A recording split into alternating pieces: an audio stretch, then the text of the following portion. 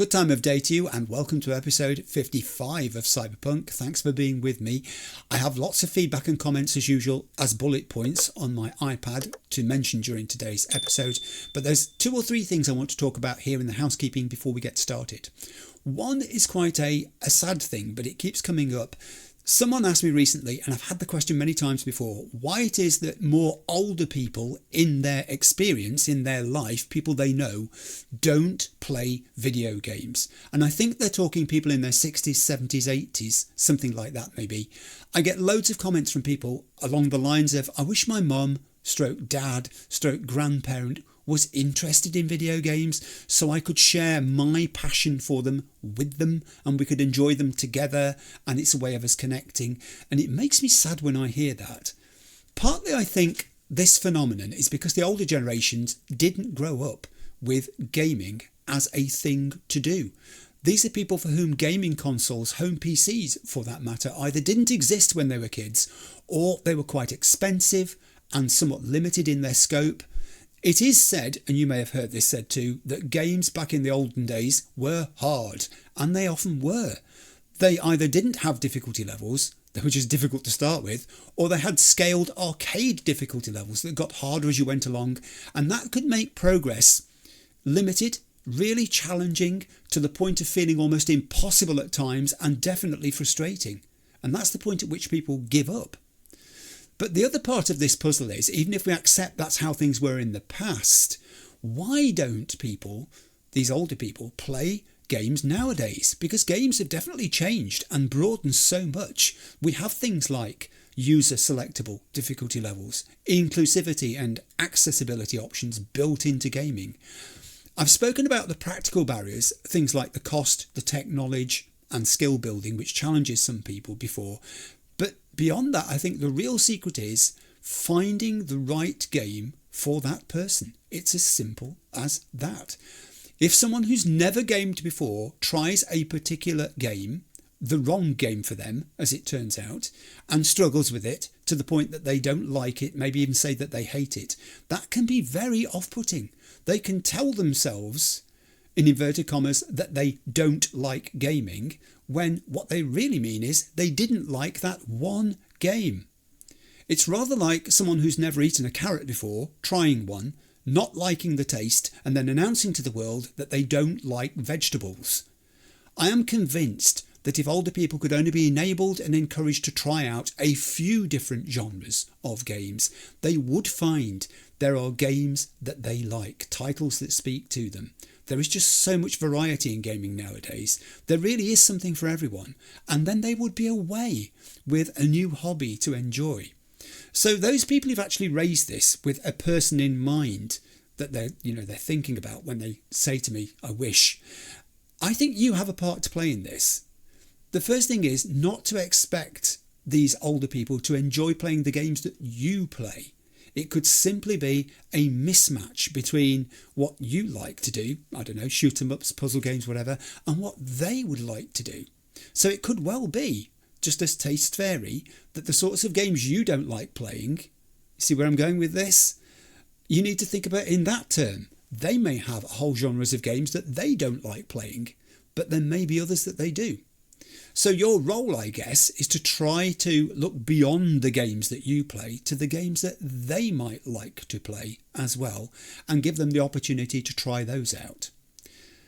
I don't think there's any huge solution to this. We have to accept that, everyone has their choices to make in life, and just like not everyone enjoys skateboarding, not everyone enjoys playing video games. We're all different.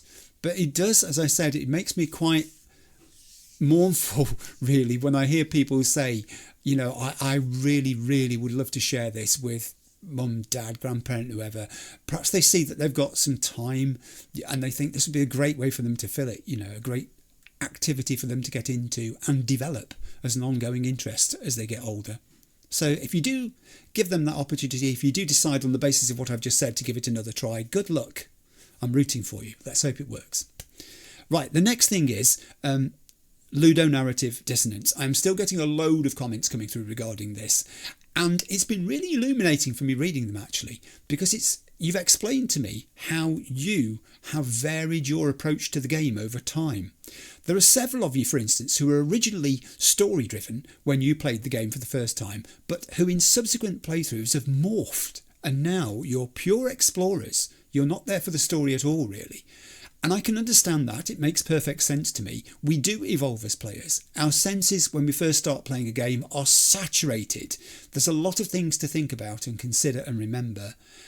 And many of the possibilities and alternative ways of doing things don't occur to us until we are deep into that first playthrough or subsequent playthroughs even.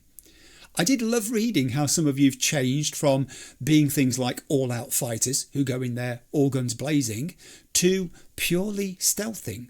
Or you've become collectors who have lists of items that you want to find out in the world and you go looking for them.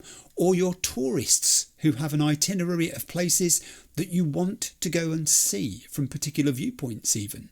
Or you're people who've taken it on themselves even to scale every tall building they can find just because it's there and they want to see what's on the top of it. This is the freedom that keeps the game fresh. It's what makes people want to continue playing Cyberpunk.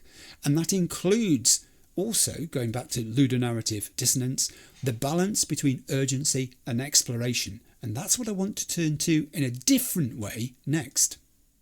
That brings me to the third thing I want to talk about, and it's to do with the comments people are making about the predicament V's in because of the relic chip. All of this began, if you think about it, because V met Jackie Wells and decided to give Night City Living a try. And I think it's interesting to think back to that inciting incident. V had left the backers.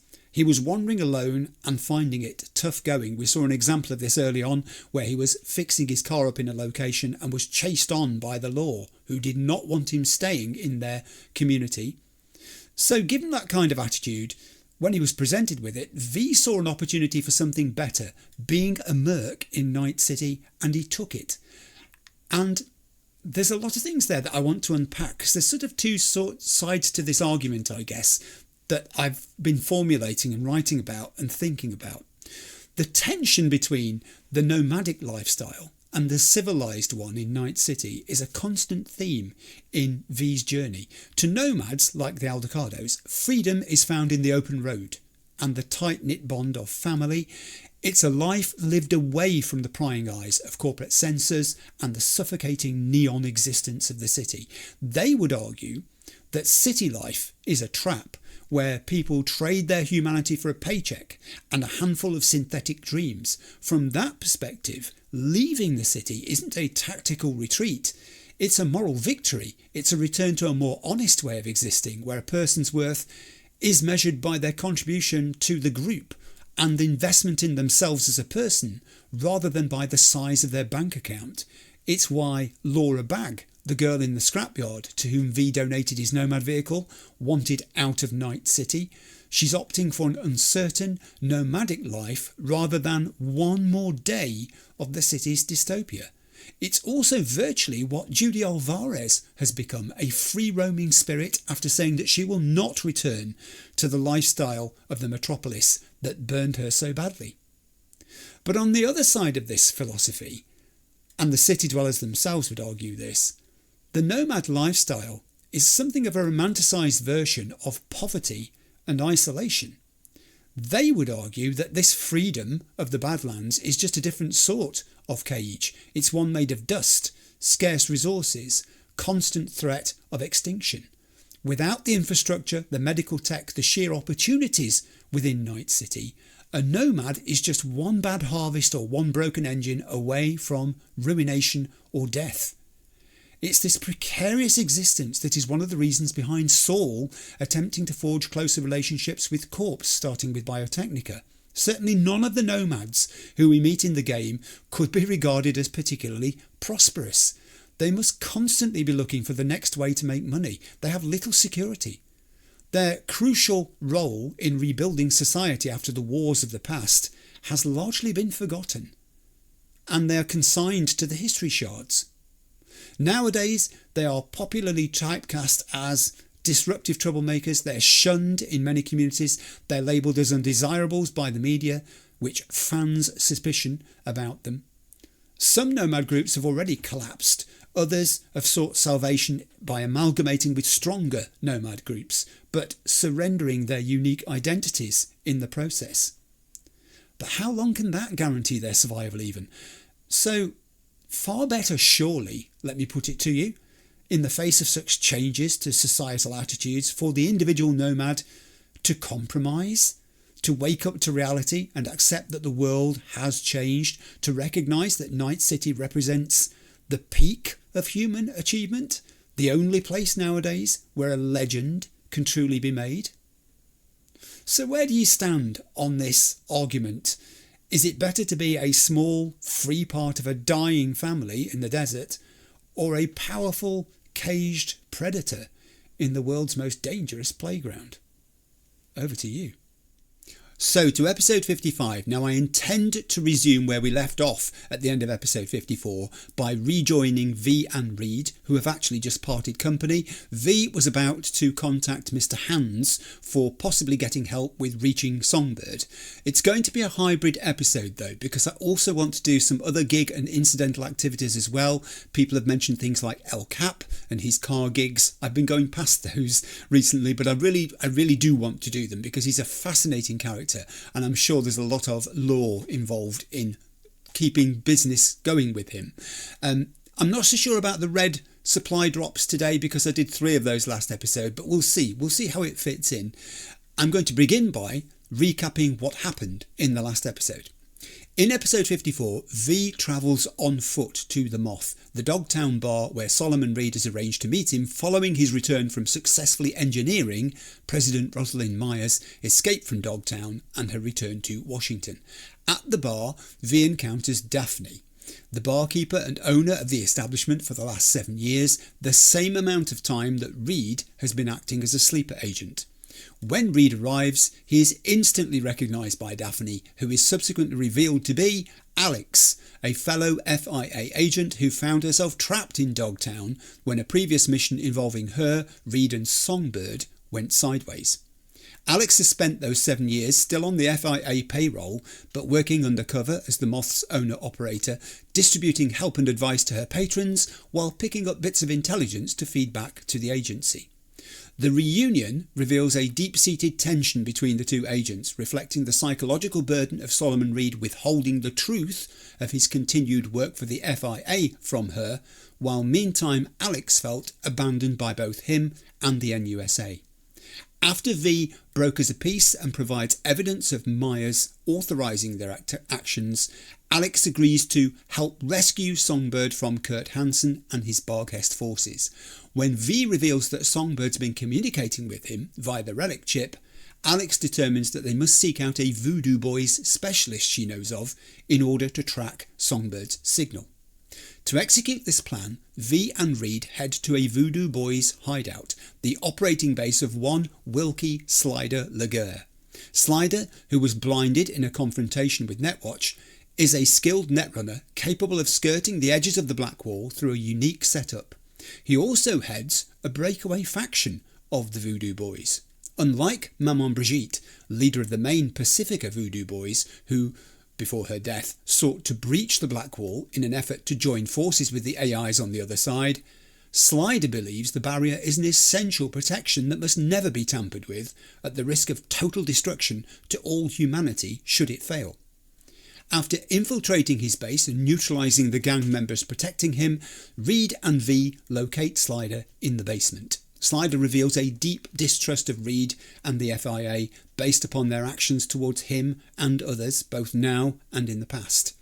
Reed nevertheless manages to coerce the reluctant but intimidated netrunner into using V as a conduit to establish a connection with Songbird. With the link established, Songbird briefly communicates with V, confirming that she is being held by Hansen and informing V of Hansen's plan for a gathering at his headquarters in the Black Sapphire. The connection is suddenly broken when the hardware feeds back violently and the overload fries Slider's nervous system, killing him instantly, while V disconnects just in time to survive. Afterwards, V shares with Reed what Songbird told him and confirms her use of the Black Wall. So let's dive back in. Right, now geographically we're rejoining the action exactly where we left it. I was talking to Reed. Reed has departed to go and do his thing.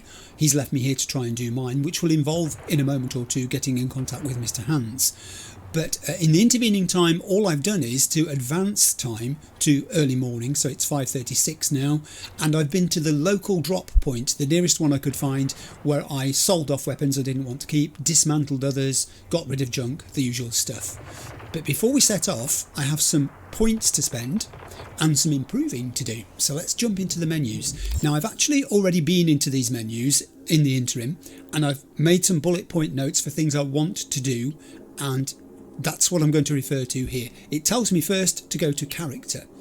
In character, you'll notice I've got 3 of everything. I've got 3 attribute points, I've got 3 perk points, and I've got 3 relic points available. And I'm going to spend the relic points first because I've been waiting for this 3rd relic point to arrive. There was something in the tree here which I saw earlier back in an episode where we first encountered the relic tree. It was explained to us, and I decided I wanted it ultimately. The first thing I did buy was launch capacity override from my projectile launch system, which isn't actually currently equipped, but the facility is there for when I do. The other thing that I saw that I really wanted was this one. Let's buy it. Vulnerability Analytics. During combat, you can now detect vulnerabilities in enemy armour and cyberware. Hitting vulnerabilities gives 100% crit chance, 25% increased armour penetration, and weak spot damage bonuses. Dealing enough damage to a vulnerability will cause it to explode, generating an EMP blast that damages enemies within 3 meters. There's so many features to vulnerability analytics, I knew I had to have it. So that has been purchased. Right, next, I'm going to go with perk points next. I'm going to pop into intelligence and over to this side here. These deal with smart weapons. The 3 things that I'm going to spend these points on. The first one is precision subroutines. This only affects smart weapons, 2% accuracy for each unit in your Cyberdex max RAM, that is. This side gets me no escape. This only affects smart weapons. When using smart weapons, if the target lock-on an enemy is about to end, shooting them resets that lock-on. Well worth having. And this one is next, targeting prism. It enables multiple target locks when aiming and increases the number of simultaneous targets for all smart weapons by 1. So that has been purchased too. So those points have gone.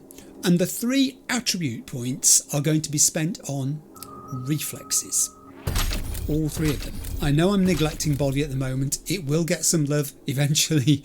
But this time I wanted to go into reflexes because the next time I find myself with perk points to spend, I'm going to be coming over this side for these 3 things. The one that's called Spice of Life. This only affects assault rifles and SMGs. Plus 15% weapon swap speed. Reduction of 30% bullet spread briefly after swapping weapons. This one, which is Tunnel Vision, again only affects assault rifles and SMGs, plus 20% effective range and accuracy. And this one, Mind Over Matter, which only affects assault rifles and SMGs.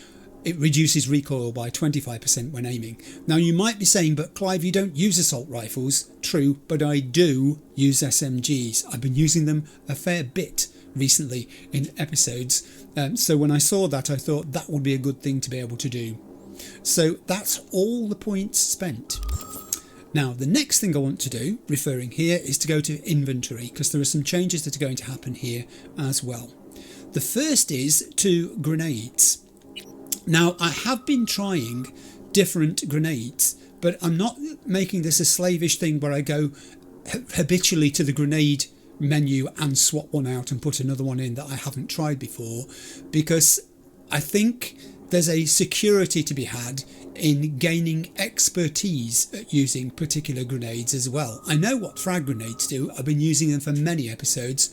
I've also had some experience with Ozob's Nose, funny one as it was, and the Gash anti-personnel grenade, and also I was looking at thinking maybe of putting in the Char incendiary grenade too, but what I am actually going to do instead is to return and put in the Gash anti-personnel grenade, because that is a very effective and powerful grenade, and when you're heading into situations where you don't know what you're going to be meeting, but you're expecting it to be numbers of enemy troops. I don't think I want to go in there today with one of these, dare I say it, lesser grenades. Now I'm going to upset some people. There are fans of the recon grenade that emits a sound that lures enemies. There are fans equally of things like the EMP grenade. I am one too, because as I said, in the right situation, when you're using it against turrets, mechs, netrunners, drones, robots, those sorts of things, it's perfect. And there are people who like smoke grenades and its buddy, the flashbang, but I'm not that confident in combat situations. I know that very kindly some people have said, gosh, you've improved an awful lot from the earlier episodes. I hope so. If I'd stayed as badly as I was at the beginning of the whole thing, I think I'd be flatlined a dozen times over by now, even on the difficulty level that I'm on. But having said that, there are occasions where you've just got to have your comfort blanket, and for me, the one that I've tried out recently which stuck most with me was the Gash anti-personnel grenade. It's just, there are 32 lasers. They're just incredible things. In the comments, some people have said, wow, I didn't realise that grenade did that sort of stuff. There are people who've played the game way longer than I have on their second, third, fourth playthrough who've never used the Gash anti-personnel grenade. So that's what I'm going to put in there. Now you might be thinking, well, you haven't improved there, you haven't changed much, but I am going to change slot 2 in my weapons loadout. At the moment, in there is the D5 Sidewinder equipped with the Hakatomi. That is going to be unequipped because the D5 Sidewinder is coming out of slot 2 and going to be replaced by the DB4 Palika or Palisa, depending how you want to say it, tier 5 plus smart double barrel shotgun. So let's put that in there. And of course, since it has a mod slot, I told you I'd been into my menus, it can now have the Hakatomi mod applied to it. Now the thing is, I haven't used shotguns very much at all. I think I've held one or two of them in the game and fired them, but I don't believe I've had a whole episode, I'm pretty sure I haven't, where I've had a shotgun in a slot. It's sort of gone in there and then come back out because I've fired it and thought, oh right, okay, it doesn't seem to be the sort of weapon that will get me out of trouble. Maybe now that I'm feeling a little bit more comfortable with the idea of swapping weapons, that might change. Having said that, I very much still want to find myself a situation where I can go and test this weapon. Okay, so that is the improvements that I wanted to do done and the points I wanted to spend spent. Right, we're back from doing that. Now there are two things I want to do before I set off this morning. One is I want to test this smart weapon. It's a complete unknown quantity to me. I'm not familiar at all with shotguns, power, tech or smart. Especially in the case of smart, given all the things I've installed and improved recently, not just in this episode but before, to do with smart weapons, then I really do want to be able to test it out in a controlled situation of my choosing, rather than having to use it for the first time in a live firefight. I don't want to fail a gig or a job or a quest because this weapon has let me down because I didn't have the sense to test it before I used it for the first time. So that's the first thing. I'm going to head looking for trouble in this direction because there certainly have been groups of enemy combatants and troops up here at times when I've been in this area before.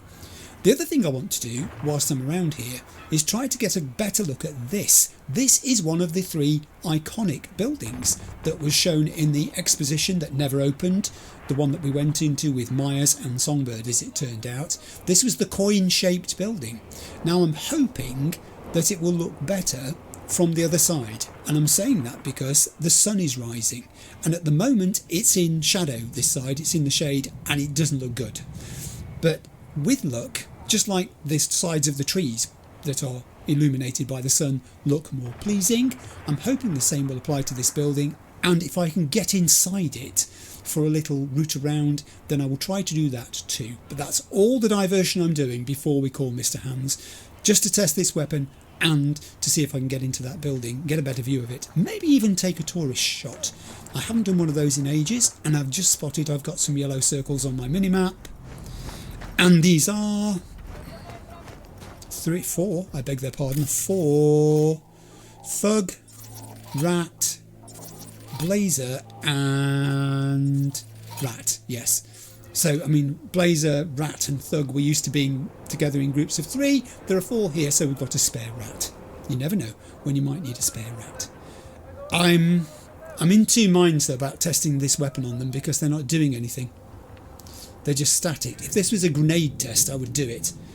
But I might find something better. Maybe. I'll have a look anyway. We can find out. I'm going to spare no more than 5 minutes for this exercise. It's simply a sightseeing and testing of weapon. Period. Go left or right at this point because we can't go through. That side was blocked off. I don't know what's this side because I never actually went all the way along here. What is this? Okay, does this go further around? It does go further around. I'll go further around. We'll see what we get. I'm too close to the building, but here is the sunshine effect I hope we were going to get. Yes, it's already making it look cleaner and more presentable, says he, standing in a bush. I need to go further around.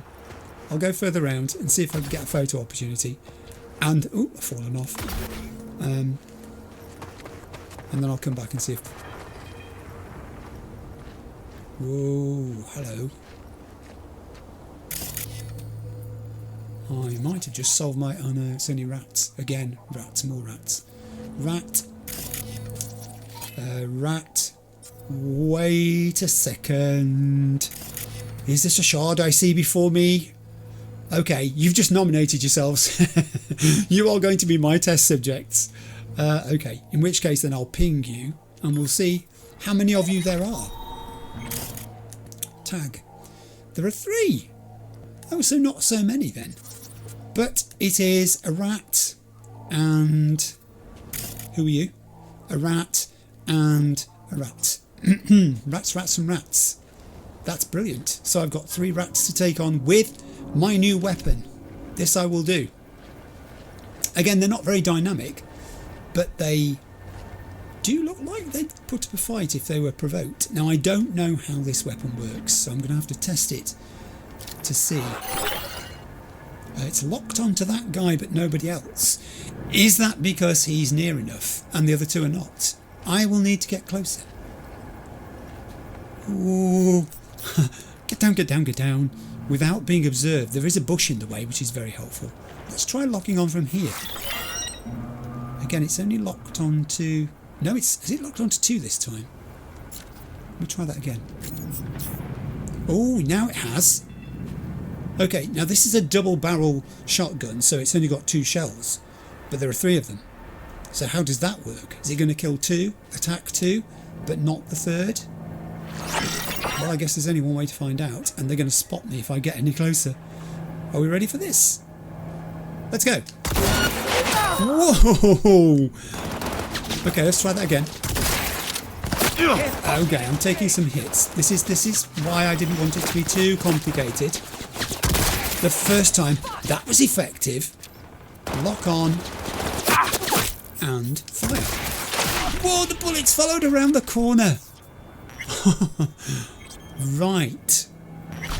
So I've got to get relatively close. It seems to lock onto... It can lock onto more than one person, but they've got to be fairly close to each other for that to happen, and not too far separated by distance. And if anyone's standing a distance away, they won't get locked onto. That's what I've learned from that little skirmish. Also, I've got a shard. What a fantastic start. Let me pick up a weapon. Aha. What are you doing here? Well. A used up blast pod in the middle of fucking Dogtown. Looks like our Songbird had a roughish landing. What? What is this? What is this? Life pod. Origin Space Force 1. Condition intact. Landing uncontrolled. What? What's it doing here? Did this lot find it? Steal it? Are they completely unaware of its existence? Johnny wants to talk. I want to talk to Johnny. I want to talk to Johnny. And a lot of luck.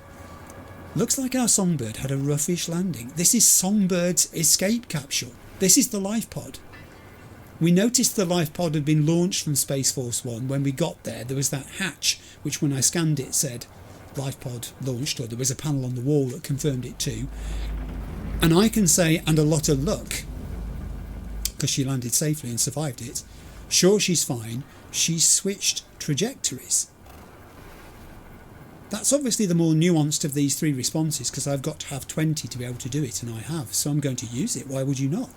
Must have tweaked her trajectory. If she'd hit with any more speed, we'd be staring at a pile of scrap and minced meat. Curiouser and curiouser. What is that supposed to mean?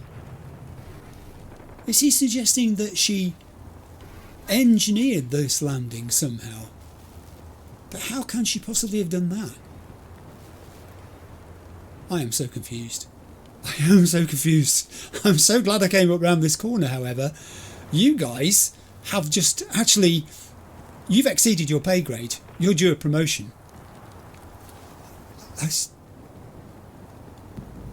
just astonishing. That's amazing. I'll take your tier 2 components, and I won't pick up your body because I know where it's been.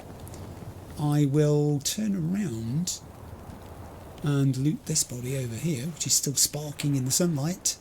I'm going to get that touristy photo, by the way, that I came for, don't forget. I am not going away without that touristy photo. Yeah, shard. There was a shard. And also there's some collectibles by the looks of it. What have I got in here? Let's do this first. What might you be? Tier 4 components and some heavy ammo. It's shotgun ammo I need. Is there air? Yes, there is. Body. Cause of death, blood loss.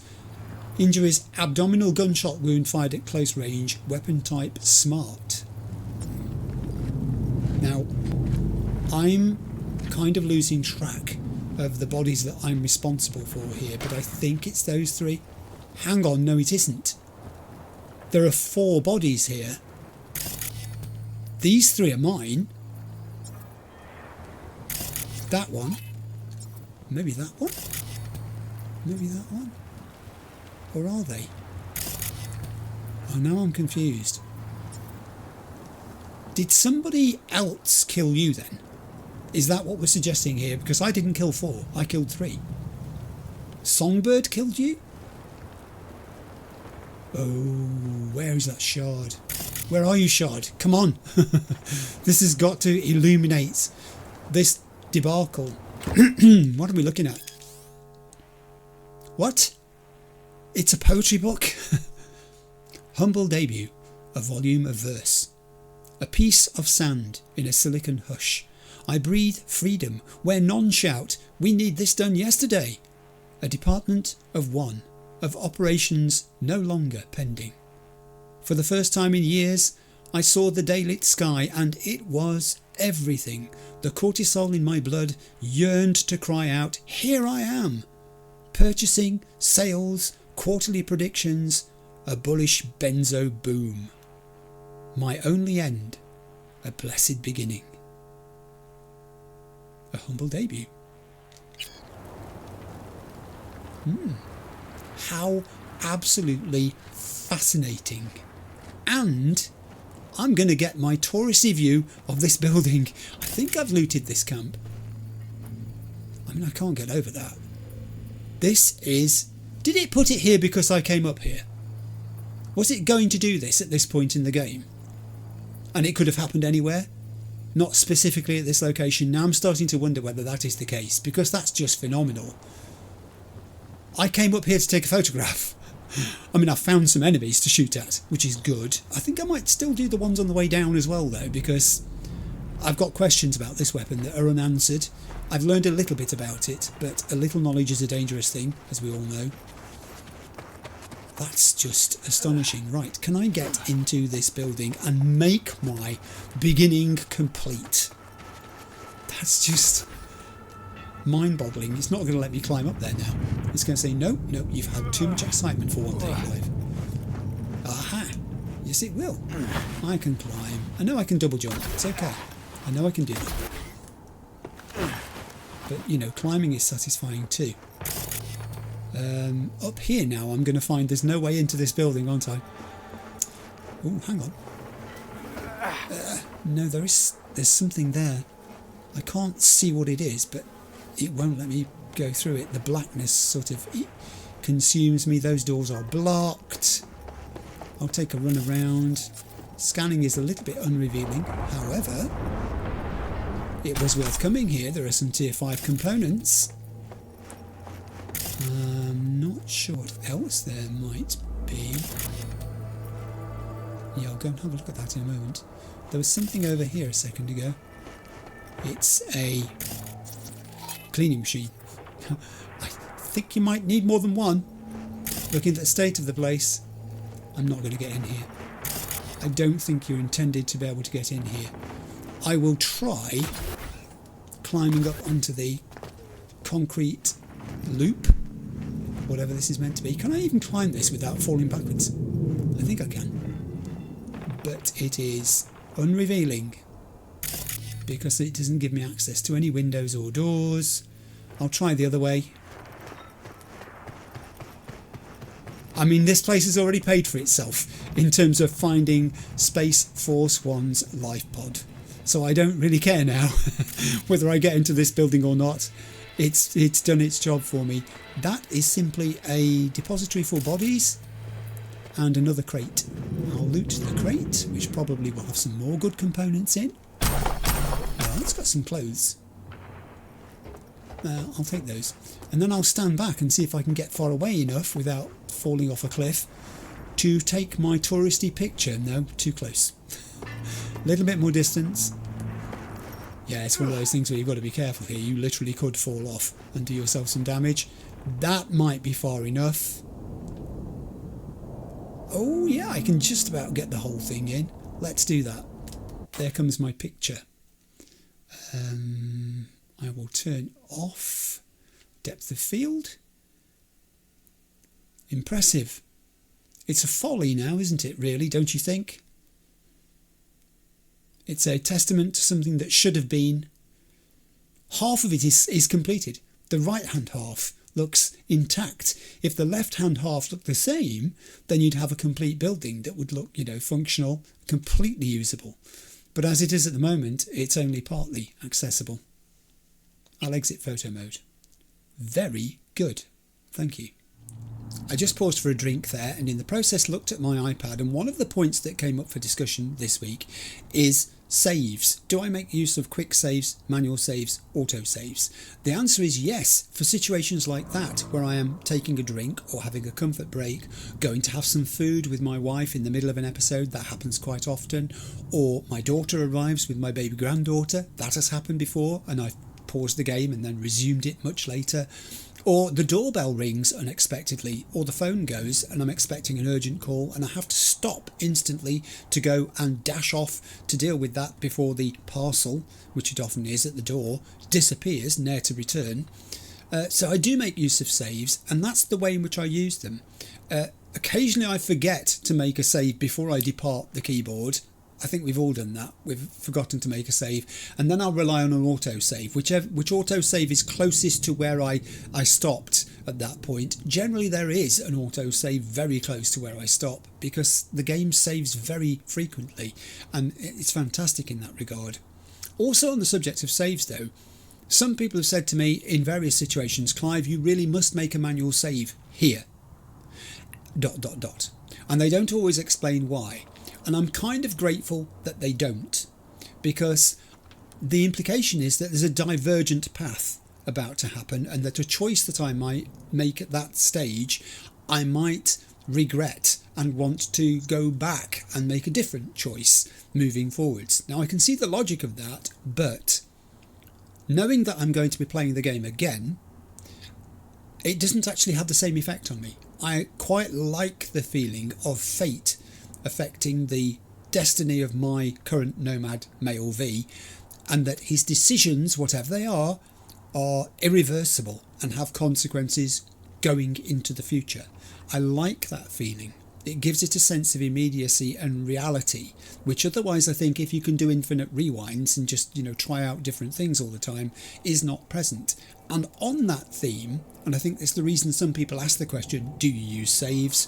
I don't use saves to cut out content. If I make mistakes, you see them. If I make errors, you get to watch them. And then you very kindly feed back to me in the comments and give me positive, constructive improvement points for how I might have tackled a situation differently, and that's how we improve. When I first started the channel, I'm just going to head off walking now. When I first started the channel, I did say in the introduction to the channel, I'm not very good, and I really meant that.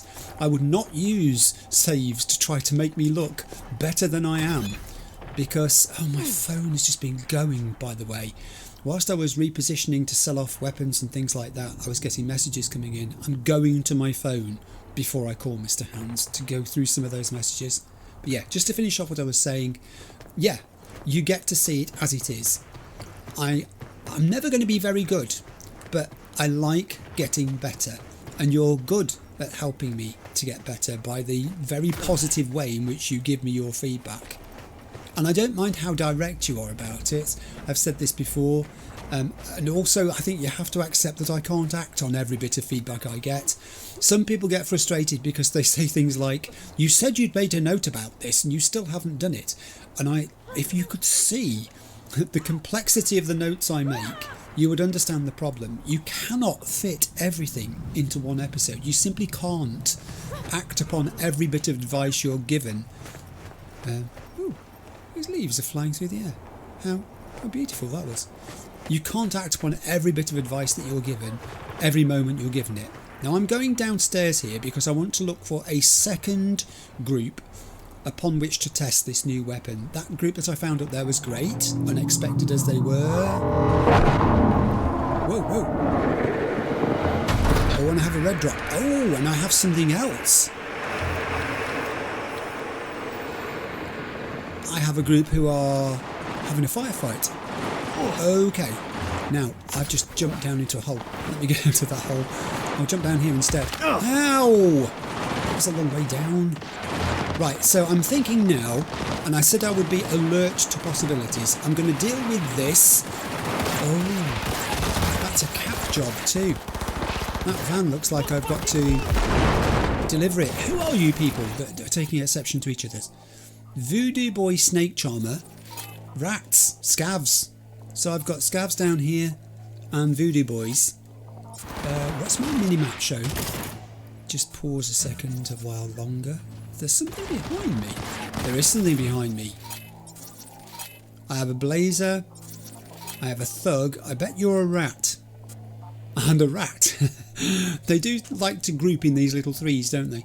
But they're not part of this at the moment. So here's my thought. I could test out, and I'm going to have to, let me get some cover behind here.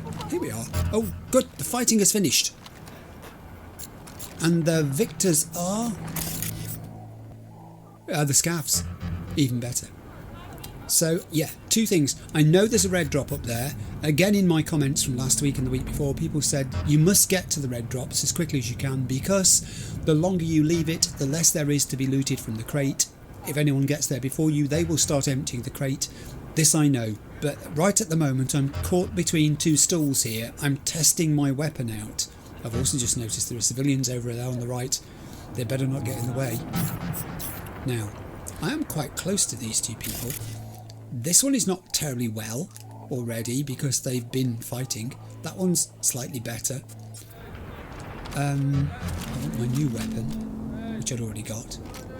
I want to lock them. I'm locked onto two targets. Now technically therefore if I fire it, will one button kill, one bullet, shell, kill both? Especially since one of them's fairly weak at the moment. And what will happen to those guys over there if I do this? They're going to start taking exception to me. Let's find out. Go. Oh! Now that has validated this experiment, hasn't it, immediately? Because that one shell was sufficient to kill both because they were both locked on.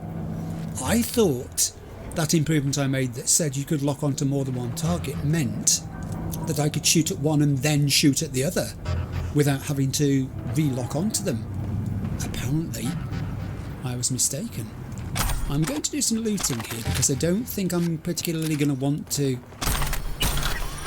come back and spend too long in this area next time I'm around.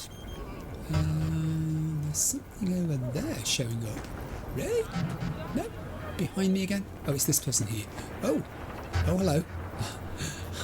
That really is broken. It looked like his magazine was floating a metre off the ground. It's not you. I beg your pardon, I've already looted you. Also, I mean, you know how much I love NPCs in this game, and I would never want to harm an NPC particularly, but scavengers are ideal for testing out weapons, in the sense that they have no morals as far as I can tell, and reducing their numbers is a public service. Now, these three aren't doing anything to me, but again, it would be a good test for my recently installed grenade, were I to do this. Yeah, that was very effective. Now, that guy may have stood too far away to be killed by it. So, and now I need to see, I'm too far away from here. Can I just point it at him and will it still hit him? There's the centre marker, I think. No, maybe it wasn't. Okay, I'll do it the old-fashioned way. Ooh. Do you know there was a recent update to Cyberpunk? You probably, you won't have seen it, but the loading screen has changed at the very beginning as well. And I'm not sure if it's done something to the weapon sensitivity, because when I was wandering round, just, heading from A to B and whatever, I sometimes do get a weapon out just to test it, and I noticed it felt a little bit sort of sensitive, a little bit flippy. Guys, you can stop cowering now. All is well. These people up here have just been sitting having a sandwich watching the whole thing unfold. Right, let me get to that. Hey, can't you see me? Hi. Oh, I'm sorry. No. It's not you I'm after. You're not the people I'm after at all. I've got to get in here, apparently. Climb. And get down. And you're a bad guy too. Sorry, bad girl too. More scavs. You should have said... Ooh, I've got a shard over there. There's my crate. I'm tagging them and I'm not going to use quick hacks on them. Hey. Hey, what? I will ping you though. Oh, good heavens above. This area is dangerous. Okay, so I'm going to pop over here. Now again, this is the weapon I'm trying to get some practice with, but that is not to say there is not a place for other weapons I have in my arsenal. For instance, look, can you die quietly please? Oh good lord, what's this? We have bodies. Did you see those? I wish I hadn't. No, I better not do you first because this guy here can see, can't he? I need to do this one first. Also, that one over there.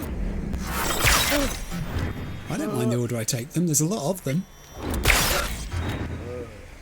And I can keep... Can I get this guy from here? It's quite a tricksy shot. Apparently I can. And... that might have been better done with the sniper rifle. Someone in the comments pointed that out too and said I'm overstretching the plan B. I think you're right. I would agree with that comment. There are occasions when I've used the plan B where I should have used the sniper rifle instead, and I didn't. I got away with it here. Fate was on my side for a change. Let's take this. I will loot you of that weapon. Can I just also mention, there was some comment about, I said that I'd chosen what I was going to be doing next on the channel. I didn't mean to be mercurial about that. I'm not trying to make a big thing of keeping it a secret what's coming next. For one thing, you guys know how much I love Cyberpunk. It's an exceptional game. I could no more completely stop playing Cyberpunk than I could give away my PS5 or my location to an enemy on a whim. Some things are important to us in life, aren't they? This guy doesn't have to worry about that anymore because his life has just ended. Ooh, they didn't like that. Now, this might be an occasion, yet again, to try my new weapon. Yeah, so the stuff about what's coming next, I'll be more sort of able to talk about it in the future. I'm going to try a double shot again. Oh no, but they were both locked on, weren't they? I just didn't see both of them off. Okay, alright, well that's experimental, that's what we're here for. We learn by doing. I'm going to bravely jump up here and take some cover behind a concrete block. And don't come up the stairs. Please don't come up the stairs. Don't come up the stairs. What did I just say? You don't listen, do you? Honestly, where did your mother and I go wrong?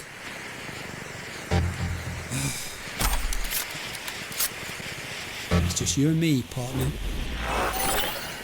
Draw. I've seen too many westerns. So yeah, I'll be talking more about what's coming after this current run through of Cyberpunk is happening in due course. The thing I was making, the reason I made the comment was to let you know that preparation is underway in the background, and it's taking many fronts actually, the preparation. It's weird when you find yourself in a supermarket and think to yourself, I'm actually preparing to do the next game or the next run through of a game that I'm going to do on my channel by being in a supermarket.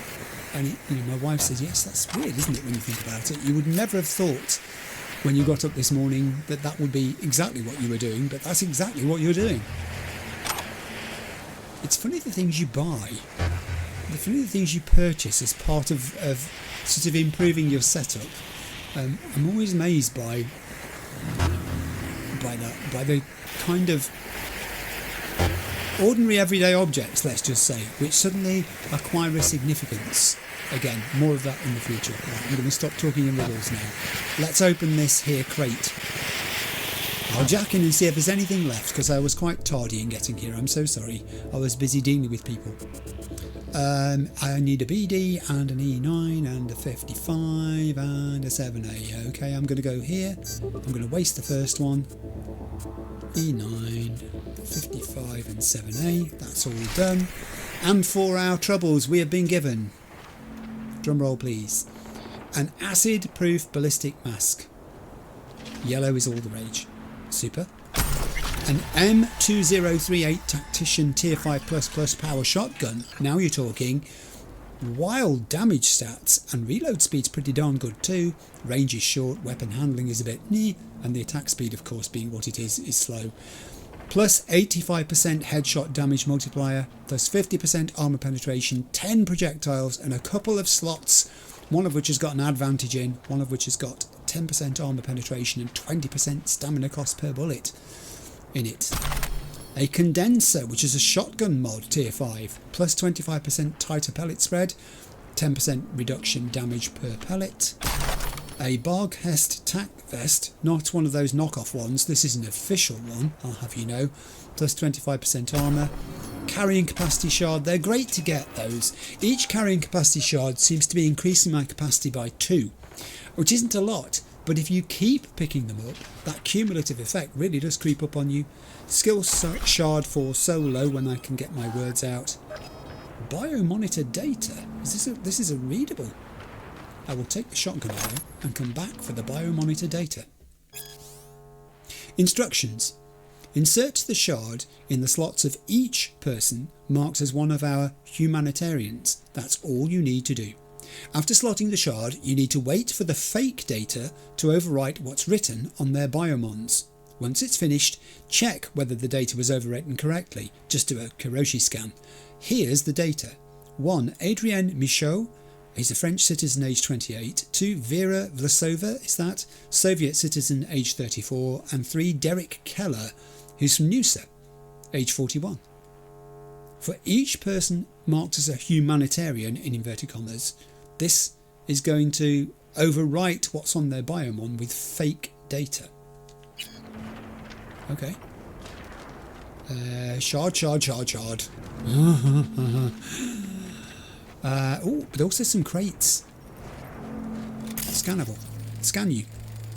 These are medical supplies, medications, illicit drugs, miscellaneous weapons, humanitarian aid crates and vehicles used to transport illicit cargo.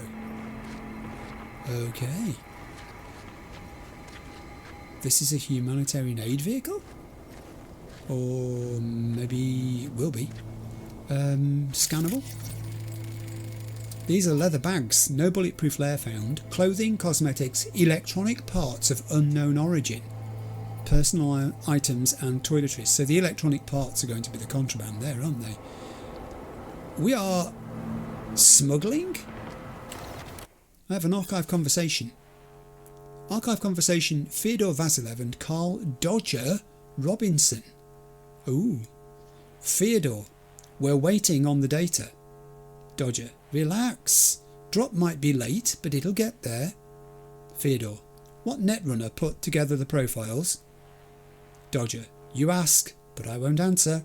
A good one, the sort you paid for. Fyodor, you worked with him before? Dodger, with him, with her, it's a collective. They check out. Fyodor, we'll see about that at the border. Dodger, don't worry, you'll get through without a problem with your humanitarian aid that won't aid anyone really. Fyodor, it'll aid our pockets. Dodger, that's right, Eddie's baby. Okay, so that's what it was. They were disguising these people as humanitarian aid workers in order that they could pass through the border smuggling this stuff. Man. Oh, what a tangled web that was. Right, I need to go back the way I came because there was a van down there. And the exercise is good for you, V. Can I just jump over that? I jumped in. I should be able to jump out. There we go. My van was down here. Let's jump down there. Carefully. I hear noises off. Again, in the comments, someone asked this question too. Why do you stop for NPC conversations? The answer is because I love NPCs. It's as simple as that. They are not NPCs. They are playable. This is the whole thing. They're labelled non-playable because we can't inhabit their bodies and direct them, but we can certainly interact with them. And interacting with them is interacting with us too. You know, I think V learns things about himself and his personality by the way he interacts with them. There are an awful lot of distressed people around here, I would have to say. In various states of non-repair. Right, so next I am going to, before I jump in this van, because I am going to do the cap job before I call Mr. Hands, I'm going to pop to my phone. Now I said various messages had come in. I've looked to see who they're from in the interim period. The things that came in from Ronald P.T. Malone, for instance, have been there a little while now. But I'm going to read some of them before we start. I'm going to start with Reed himself. If you remember at the end of the last episode, Reed and I split up. We were outside here. We were discussing the impregnability of Hansen's fortress headquarters opposite us, where this meeting is going to take place, this gathering that we need to be able to infiltrate. And Reed was going off to try his contacts to see if he could work out a way of getting in there, and he was leaving me to try to do the same myself, which means for me contacting Mr. Hands, which we'll do shortly. Let's see what Reed has to say. I've got to go right back to the top here. I'm trying to find a way inside, but it's not looking good. Hansen's an old dog, well trained and experienced. Heavy security presence, all ins and outs locked up tight. Building's a monolith. No ideas as yet. What don't they have? Minotaurs, wyverns, exoskeletons, snipers perched in watchtowers. Either we get some ironclad intel, or the conventional way in is out. Alex tried leveraging some contacts, all busts. One officer willing to open a back door for us suddenly went dark, probably choking on dirt or salt water by now. I've got one of my own who could give us an outside chance, but that is the best at what he does, not wanting to be found. Now, my responses can be not exactly a confidence booster, especially coming from a super spy. Or I can go with, oh, now this sort of bigs up V's part in this. Chill, I'll find us something. What's that old expression? This ain't my first trespass of a max security hotel. I think the whole idea of us contacting Hans is to do this, so I'm going to say that. And no reply, because it's Reed. He doesn't reply. Alex herself has contacted me with, hey V, Reed tells me Slider's a flatline. Yes, I'm afraid so. What happened there? Well, what happened there? Occupational hazard, linking up with Songbird, flash fried his brain. Why? Doubt he's worth any tears of yours. In other words, why is she asking? Or I can say we happened, got him killed, linking up with Songbird, flash fried his brain, not that Reed could give her. I think the bottom one's certainly true. If he hadn't have got mixed up with us, then he wouldn't have linked with Songbird, that wouldn't have got him killed, and Reed doesn't care. Alex is typing. What's she going to make of that? Oh, Alex is typing. Oh, Alex is typing. Okay. Why would he? Slider was always disposable. A single-use tool. Good for one job. At least that's what the Reed I used to know would say. Speaking of, doesn't it seem the old wolf has changed his ways? Jury's still out whether that's a good or bad thing, judging by our history.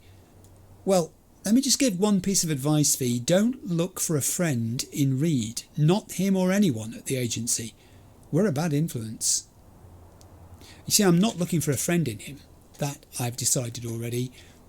I just get the feeling his past is too checkered. There's been too much that he's done at his behest, at his decision. He's had the agency to do that.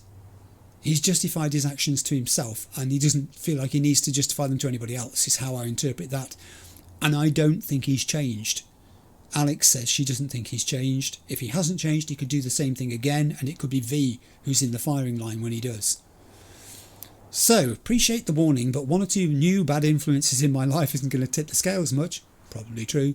Maybe, but watch out. I just might be a bad influence on both of you too. Yeah, that I think is trying to big his part up. Maybe too much. I didn't mind the first thing because I think there's a chance Mr. Hans may come through for us, but that one, neither of them would take that seriously. He's the new kid on the block. He's green. He knows very little. So I'm going to go with the top one. And again, Alex, being an FIA agent, does not respond. Let's have a look at Ronald P.T. Malone. Yo, check this. Heard those A guys and M guys are doing some sort of experiments on peeps in the bunkers under Dogtown. Pays pretty good, apparently, but you don't sign up, they come to you. Sounds fishy, right? Either way, wild. That'd be some historic cooperation, bridging of differences, you know. Probably all for some, like the good of all mankind, with us deep-town peeps as the guinea pigs. Nah, nope, no way. Me, I'm thinking it's some pharmaceutical quacks this time, like Tune of a Tune ain't got up for 10 days, they reset his motor functions to check something and just left the poor gonk. And then old Ronnie here, gotta go around D-Town setting the streets straight. I'm off to spread a word of warning, can't never catch a break.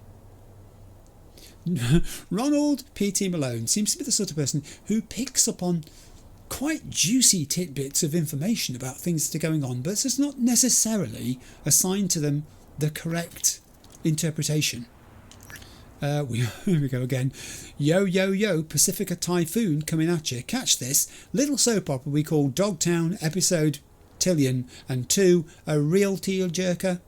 Oh, word on the street is Kerry Eurodyne's holed up in the stacks with a couple of lovers. My first question's like, why the he here when he's got that preem North Oak mansion, right? He want to feel the danger, feel alive or something? I mean, different strokes for different folks, no shame man, but come on, I'm just theorising now, but I feel like you want that orgy to go down in some organic sheets, not in some old container on the streets. I mean, that's what old Ronnie would do, theoretically. Anywho, Got the whole stacks flooded with gonks, turning the place upside down looking for the guy. Wow. Is that true? Ooh, that was interesting. Panam, no. Much as I would love to, no. Right, this van is my next order of business because it's here. Now, again, if I don't tackle this, someone will say it. You said you were going to call Mr. Hans. I'm going to call Mr. Hans. It's simply that this has presented itself as an opportunity, and if I don't do this now, it will go away. So, what do I do? I thought I was on the right side of the car for getting in. Get in. I'm in. Aha! All good. Let's go. Check the courts. That's it? You're not saying any more? Is there anything in my journal that's appeared about this? Oh yes, there is. This is Johnny, remember. Looks like you're getting into the habit of collecting cars and bikes for old Capitan Savy. Ever hear the phrase, there's no job too small? What am I saying? Of course you have. It's obviously the code you live by. Okay. Right, steady. Ooh. I'm taking this vehicle to where it needs to go. I don't know where the selected location is. Should I look on my map? That's a good idea. Thanks for suggesting that, people. There is a marker there. Ah, interesting. Yes, I haven't forgotten about you two, by the way. Oh, it's a distance. Wow, it is a distance. Man. Just another story. Okay. I can do that, I think. I'm not going to stop to listen to their conversation. At the moment, I mean, these vehicle delivery... Oh, I've heard that conversation before as well, where the guy's trying to connect, I believe the word is, with the young lady. Yeah.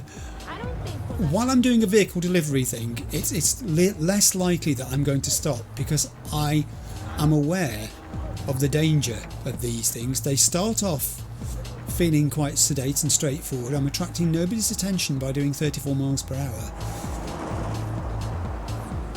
But they can turn in an instant, which is a bit like this vehicle. Ooh, these mechs. It's a stomping noise when you go past them. Also from the comments, somebody asked the question, do you re-watch your gameplay when you're editing the video? Yes, I do re-watch my gameplay. Partly it's this business of what I was discussing earlier, learning from mistakes. If I've done something wrong, I'll try to spot it, and I might even put a little comment in to that effect on screen saying, yeah, not great use of X, Y or Z drive there, try harder next time. But yeah, I do. I rewatch all the footage through. The editing job is quite a lengthy one because I've got to put in the where are we nows, the slides, the outros and various other things as well. So it probably takes as long to edit the video as it does to make the video. I would say that's probably an accurate reflection of the thing. I'm going. Yeah, alright, okay, don't need to shout. I got through the border. I'm entering Case Street. This has been a very sedate journey so far. Long may it continue. Maybe it's because I'm driving so slowly that everyone's leaving me alone. You can't drive quickly through this bit. But yeah, I do rewatch it. That's a very good question someone had asked, and I don't think I've ever answered that question before. Here I am 55 episodes in, and I'm still getting questions. Shit, got someone on your ass. Oh no. I'm out of here. Okay. Right, now, if I hadn't just crashed into them, I would consider locking onto their vehicle and telling it to selfishly destruct. Oh. Oh, I'm a sandwich. Help. Can I do that again? Have I got enough RAM to do that again? No, I do not. But I can put an emergency brake on them, which means they can't move for a little while. Let's go. 1.8 kilometres. 1.8 kilometres? He says, let's go. How fast dare I drive in one of these things? Yeah, the editing thing is quite often a late night thing. It has been known for my wife to go to bed, for instance, and I will then get into the editing suite and start editing a video, and I can finish at any time of the day. It can be 2 o'clock in the morning, quite easily. Before I do, I can hear them again. I think they've caught up with me. I should have driven faster. But by now, maybe... Oh, it's a motorcycle. That I can destroy that too. Boom. Actually, I'll let you blow up in front of me. There you go. Oh, heavens! they're after me in numbers. Oh, this isn't good. I am being shot at. I'm going to have to try and drive quickly. Forgive me. This is probably not going to be a good thing. Oh, I've crashed you into that car by putting my brakes on. How far have I got to go? Please? 900 metres. I can do that. At least there's no timer on it. That would be awful if it was against the clock. I think I'm driving very fast here. I'm aware of this. I'm going to put my brakes on and make him crash. He didn't crash as well as I thought he was going to. 600 metres. Surely I can survive. By now, I've got no doors on my car. By now, I should be able to afford an explosion for you, an emergency brake for you. I'm going to look behind me while this happens. That's very brave. Boom. They're gone. Right, here's my junction. That was very fast driving, wasn't it? I surprised myself there by how quickly I was driving. Yeah, that was good. I have been practicing actually. In the interim period of games, when I've been relocating from A to B, I've been trying to drive quickly if I've been driving. And I mean, you've seen me crash vehicles enough that you don't need to see it happen anymore. So I'm not kind of... I think I'm here. I'm not kind of been making it a thing deliberately to try to drive quickly all the time everywhere now. But certainly I was aware of the fact for El Cap jobs that it might be a thing that was needed. I don't think he's going to be terribly impressed with the condition of this vehicle. Not gonna lie, V. I think you got a gift. Really? Have you seen it? Have you seen it, Thanks Cap? for the help, V. My chum will do the finishing touches. Oh, is that him over there? Little token of my appreciation's waiting for you in the drop locker. Right, have I got to go walkies to find this? Leave the vehicle. Well, the horn still works. Oh dear. Oh no, I haven't got to go walkies. It's right over here. Hello, Tomb. Hey. So, I mean, given the condition of the vehicle... Ooh. My first thing is Autofix's Discount Extravaganza Miscellaneous. This ain't just another useless shard, it's a discount shard. Activate it on the Autofixer net page and enjoy better vehicle prices. Discount shards can be combined for mega discounts but can only be applied to a single purchase. Drive like a maniac, spend like a sage. Autofixer. No, see, I'm the other way round. I drive economically and... then I sometimes think I overspend when I'm spending the eddies in the game. That's useful to have, is it not? An RC7 Varkolok. This is an assault rifle, tier 5, that I'll have. A money shard. How much? 9,000? Found, not stolen, it says. I'll have that. Some tier 5 components, 10 of them. That's good. A DR12 Quasar, tier 5++ tech revolver. Yeah, I mean, I'm not massively into them. A tier 5++ rather, two-handed club, quite high damage. Another money shard. This is 4,000. A solo skill shard, some tier 4 components, some tier 3 components. Wow, they are worth doing. My solo's gone up to 14. I'll go out into the brassy daylight and I'm going to see that the job is complete. Excellent. At that point I'm going to pause again, have another drink, use that save, and I'll be back in a moment. Right, I paused there to check on my journal list and look around. The thing I'm going to do next is call Mr. Hans, but my phone went whilst I was doing that, and it was a message coming in from Reed called Recon. It says, well, I found my friendly ghost, but it was a non-starter, another dead end. Alex and I have exhausted all reasonable options, V, so if you can't get anything operable from Mr. Hans, we have no choice but to resort to a half-baked plan with half-baked aliases. Not ideal. I trust you understand the stakes. If they catch on while we're still inside Hansen's citadel, we're never walking out.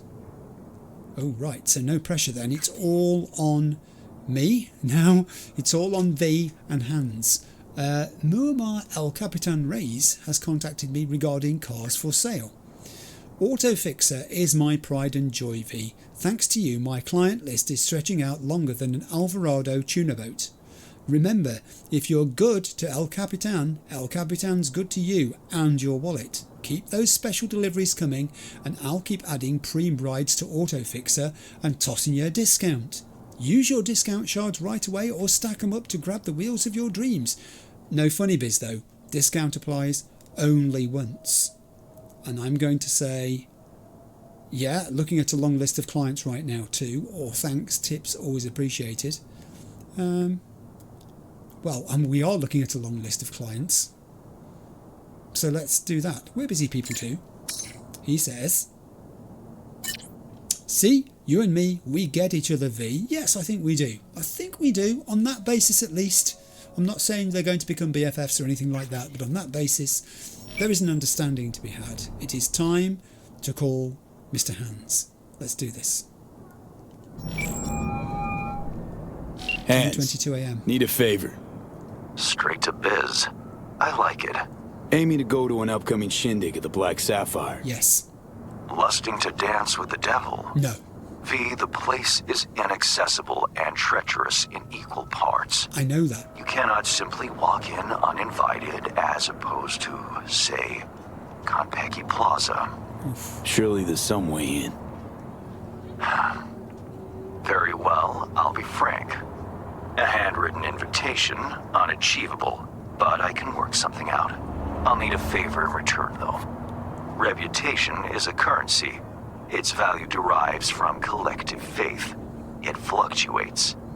Do you understand me? Yeah, I do get it, yes. Yeah, I see what you're driving at. Want me to help you earn a little rep. Precisely. Complete a few gigs for me, give my reputation in Dogtown a shot in the butt cheek. I thought The so. Black Sapphire plans will be yours.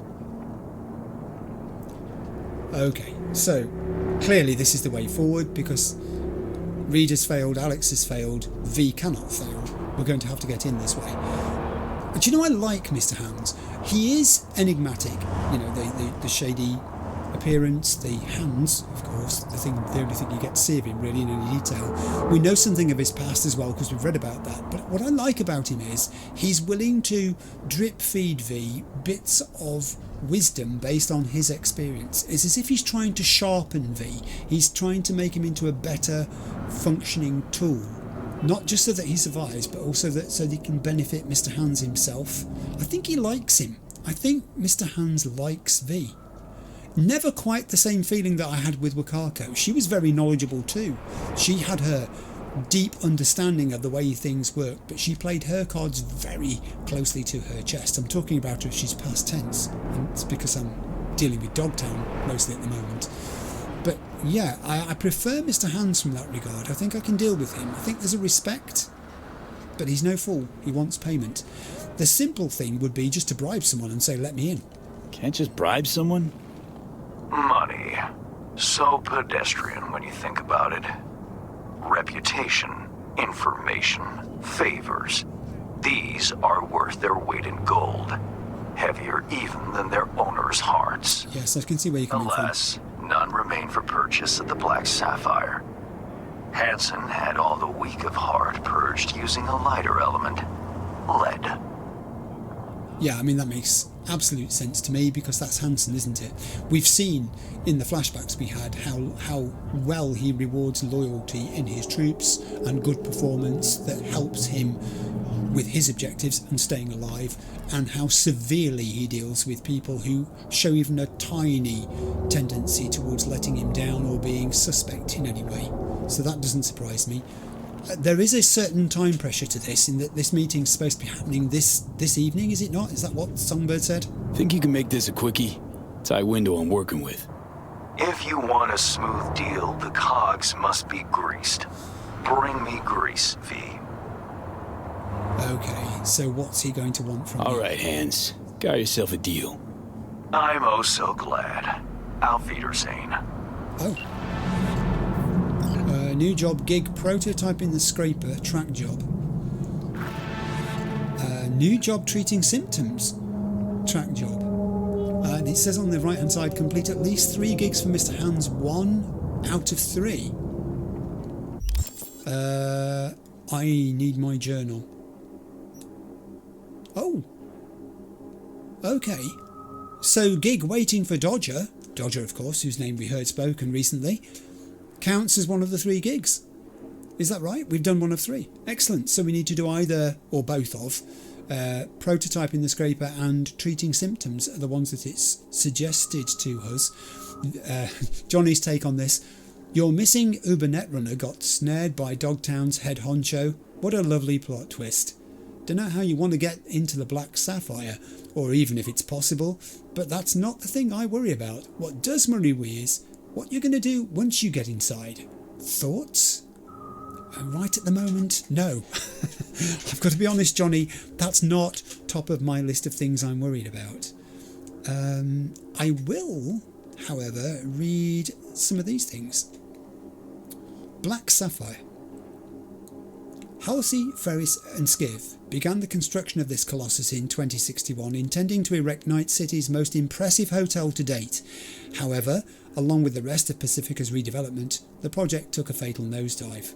Following the end of the Unification War, Kurt Hansen laid claim to the half-finished hotel as his new base of operations. Today, the Black Sapphire serves as the shining star around which all of Dogtown revolves. It stands 99 stories tall, with a luxury club, casino and AV landing pads at the top. The ground floor contains warehouses and barracks for Barghest soldiers. Everything in between remains a matter of speculation. A prison for VIPs held for ransom, a zoo for endangered animals that Hansen serves to dinner guests at lavish parties, a server room that puts Arasaka's tower to shame.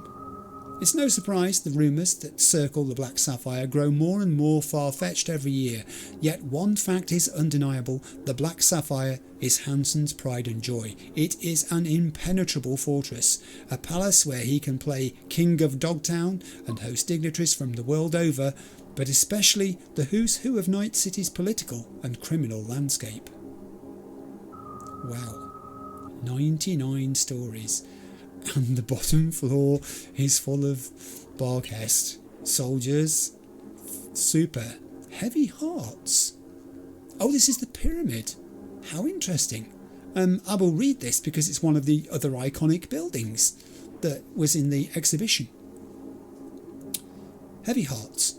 A huge neon pyramid in the heart of Dogtown, the Heavy Hearts Club was supposed to be a postcard highlight for a revitalised Pacifica, but now it plays home to the largest nightclub in Kurt Hansen's domain. The deals with the highest stakes are struck under Hansen's watchful eye in the Black Sapphire or the stadium. Everything else is settled here. The Heavy Hearts has established itself as the go-to meeting place where important players can discuss side deals during their stay in Dogtown. Maybe you ordered a dozen tanks from Hansen at the stadium, but you'd like to land an ultra-rare Rayfield before leaving Night City. Maybe you're in town to have Kurt smuggle a dozen crates of assault rifles to Myanmar, but there's also a shipment of contraband Zetatech cyberware burning a hole in your pocket. In such cases, be sure to make a stop at the Heavy Hearts before going on your merry way. Of course, maybe you're not a corpo, politician or dirty cop looking to make a deal at all. Maybe you just want to dance the night away without worry of waking up dead in a ditch the next morning. The Heavy Hearts Club has it all. Oh, I'm glad we've read that. That's nice synergy with the fact we've just taken a picture of one of the other buildings that we saw there. Right, so I need to choose a gig. Are they listed? They are listed. Now, treating symptoms is the one that's nearest to us, but prototyping the scraper was the one that was mentioned first. So although it's the furthest away of those 3, I think I'd rather like to do this one first. So what have we not read? Let's read the scraper. The Scraper is what remains of one of the last investments before the district's closure. This immense structure, located far from the skyline of city centre, was supposed to offer a relaxing yet luxurious getaway for Night City's rich, though not necessarily the filthy rich. According to an investor's brochure, the Scraper was designed to be a modern 4-star hotel complex located on the picturesque Pacific coast, offering over 250 suites with breathtaking vistas and fitted with the latest in stylish amenities. Of course, those plans clearly failed to materialise. Today, scavengers have moved in and brought their own decor with them. Stolen tech and cyberware have replaced chic coffee tables, and in place of plush love seats, they've installed cosy cages for their long-stay guests. Okay. And also let's read about scavs in Dogtown. Dogtown scavs are much better organised and equipped than their Night City brethren. They're no longer a pan-Slavic horde of itchy triggers looking for a quick and dirty brawl, a strong stim and an easy Eurobook. Rumour has it those ones in Dogtown are linked to Soviet intelligence. True or false? Hard to tell. What's known is that whoever is spreading these rumours runs the risk of getting their picture stapled to the memorial tree in the stacks. The Dogtown scavs have cash, good equipment and a bit of disdain for their poorer NC kind. Why? Because only those without a knack for business end up in Night City. The scav oligarchy secures business in Hansen's backyard, so why would Hansen tolerate them? Simple. It's all about the money. That's why the scavs are there in Dogtown. Interesting. Now, I think I have read the Longshore one before, and I've certainly read Mr. Hands before, so we'll jump out at that point. I will pop to the map, and we'll see where it is we have got to go. Oh, it's a distance, isn't it? All the way down to here. Right. I'm going to call the vehicle. I think I will go in. Do you know what I haven't used for a while? My Ragnar. Let's call the Ragnar, make sure it still works. Hi there. Have you missed me? I love the wheel trims, or the absence of them, on this vehicle. Okay, this is the sort of vehicle I feel safe in driving. And there's the colour change, because I painted it blue. I put on a blue colour scheme long ago. Right, we're driving. I'm going to ignore that car thing that we saw there, by the way. I'm trying to maintain focus. I'm not sure how long today's episode is going to be. I'm aiming to make it shorter than the 2-3 previous, because they've been running very close to the 4-hour mark again, and at my age it just tells, you know. I'm quite, my wife says you're quite an energetic person, which I think is very kind of her to say that at my age. I appreciate her positive interpretation of my physical condition and mental state, but there is no doubt, you know, that you do start to feel a little bit wearisome when you get into the 4th and 5th hour, let's put it that way. Turning. Can you tell I've been practicing my driving, by the way? Maybe you can't. It's only been incidental things. I've given myself like 5 minutes here and there when I've been at the end of an episode and I've had to go from one place to another.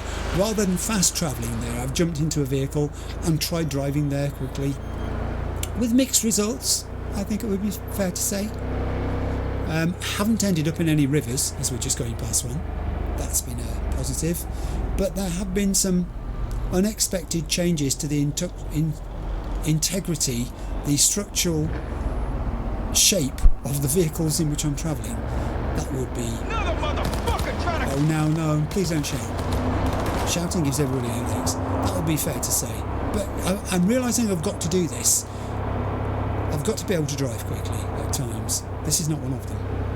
I'm not being pursued here. Something else that came up in the comments this week is voice acting. A number of people have said that I'm going to be obviously overwhelmed by when I get to play Femme Corpo V and hear the female voice actress.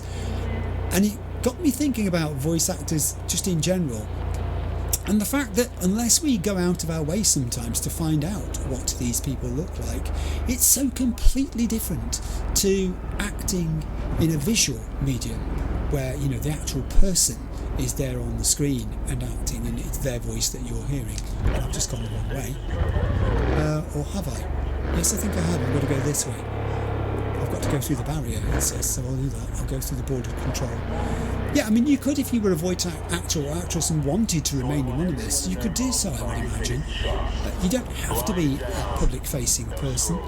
I have seen quite a few voice actors and actresses. I used to watch the Will Wheaton gaming series on YouTube called Tabletop. I think it was produced with Felicia Day as well, and he had many guest people on board the gaming sessions each episode. He had people like Yuri Lowenthal on there, and is it Tara Platt? I do apologise if I got her name wrong, it's a while since I watched it. But yeah, quite a few of these sort of names that you would recognise as voice actors and actresses were there, and it was really good actually to get to see these people who, some of whom I knew of, I knew the name, I recognised the name, but had never seen the face. Yeah, it's such a thing, I think, voice acting. I do feel that they're not given the recognition they deserve, because I also feel like I'm in the wrong vehicle here, because the path has just disappeared. I'm 475 metres away from where I've got to be. What's the what? Don't fuck with me, Chew. Oh yeah, you owe me some money. I think that's the guy who was offering to hook you up with his power generation system. Yeah, just to finish that off, it's terrific, I think, you know, that they do get to be seen, not just heard, if they wish to be. Yeah, I know there's one rule here, it's fine. I think I'm going to run out of road to drive this on in a minute, but I'm quite enjoying taking it into places where I probably shouldn't. There's no need for that. I'm scattering pedestrians left and right. Oh, hey, what's that all about? Am I really not supposed to be here then? I better get out of my car. I'm out of here. Gone away. I'm just going to run, because this is not what I came here to do. Was that about me? Maybe it wasn't. Maybe it was not about me at all. But hey, I'm safety first at the moment, because I want to get to this thing for Mr. Hands. Yeah, it is terrific, I think. You know, they are recognised now. When you see voice actors and actresses, they are so much more of a part of the scene, because the importance of how they deliver the dialogue, now that games are so dialogue heavy, is incredible. Generators! I think it's quite possible that games can succeed or fail based on the quality of the, not just dialogue, but the way in which the dialogue is delivered and how authentic it sounds. It's a terrific skill to have. I've seen little snippets of videos where people are doing this, where they're having sessions in front of microphones and reading scripts in different ways. I even saw a bit where Keanu Reeves was doing it for Johnny Silverhand. That was quite interesting. I'm not sure, I think I heard him refer to it as some of the hardest work he's ever done, because it is, you know, I imagine very intense. And Mr. Hands has just called me. V, a few days ago, scavengers hit a transport. Right. The tech vanished, as did the guards. The latter will presume for good. Now, that would just be another day in Dogtown, until I received word from Zeta Tech's CEO. The transport, though unmarked, happened to be theirs. Among the plethora of tech stolen, there was one precious eye implant and its schematics. Right. The poor scavs seem unaware of its built-in GPS tracker. You'll follow their SIG. Go to the scav's nest in the scraper in the Longshore Stacks. I've sent you more details in writing. Got it. I've read the description of the Scraper. I know it's full of scavs. The more details. Okay, we'll read this. Gig objective: retrieve a prototype implant and its schematics. Location: construction site, the Scraper, Longshore Stacks. Details: a few days ago, the scavengers raided a convoy returning from the stadium. Soon after, I received a call from the regional director of Zetatech informing me said convoy was theirs. Now, they tried to keep the transaction on the low down, or down low. Unfortunately, it seems the scavs go lower. Zetatech lost a valuable prototype implant along with its technical documentation. They'd like to retrieve their lost items. Fortunately, the prototype is emitting a trackable signal. It's pointed to a scav haunt in the Longshore Stacks at the construction site of a long unfinished skyscraper. I've sent you the coordinates. I trust you'll do the rest. And no instruction to avoid bloodshed. So good. Thank you. I did spot that up there. I really did. I think I'll go get it. Let's do that. Can I do this? Apparently I can. It is a hostile area. However, there are some components here. I could enter from here by the looks of it too. Although I'm not sure I really want to. Let me pop down and just go around the corner and see what it looks like on the way in. Now, I am thinking too, I'm going to change out my inventory slightly here. I'm taking the double barrel shotgun out. I'm going to put a knife in its place. And the choice of knife will be, should I go with the Stinger? Tier 5 iconic? Or, yeah, I think I shall. I'll go with the Stinger. Stinger is in. Good. In slot 2 we now have a Stinger. It's just that I might want to try a bit of stealth here, is what I'm thinking. I know he said, you know, I didn't have to avoid killing, but on the other hand, it might be fun to try a little stealth. Well, they're certainly scavs. Let's ping and see what we've got. We've got a fair few of them, and at various levels too. Some of them I can lock onto, and some of them I cannot. There's another one there, for instance. There's another one there. Is that someone standing on there? No, it's not. I wish I had a camera. Let me get in here and see if I can find a camera. Ah, a camera. There you are. There you are. I'll take camera control.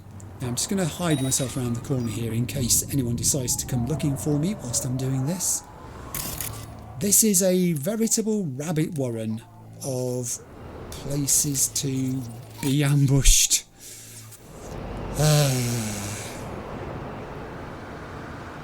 How many cameras have I got? 4 cameras. There's a lot of scavs in here. Fortunately, there are also some explodables by the looks of it, though. That was one there. There's one. It might be a tactic. That camera is particularly useless. Oh, quick, grab that guy. You've got to wait for them moving, really, sometimes, before you can actually use their cameras to do anything purposeful. There's one there who's quite close to, if she's got a patrol path of any sort that brings her this way, that explodable. It's going to be a mixed bag of tactics today. He's mending that, which isn't far from some explodables. Pretty good job of tagging so far, I think. That one there is just slightly outside of my cone of vision, so I can't get them. The different levels that they're standing on is something of a concern. There are at least 2 levels here, possibly 3. Alright, give me the other camera.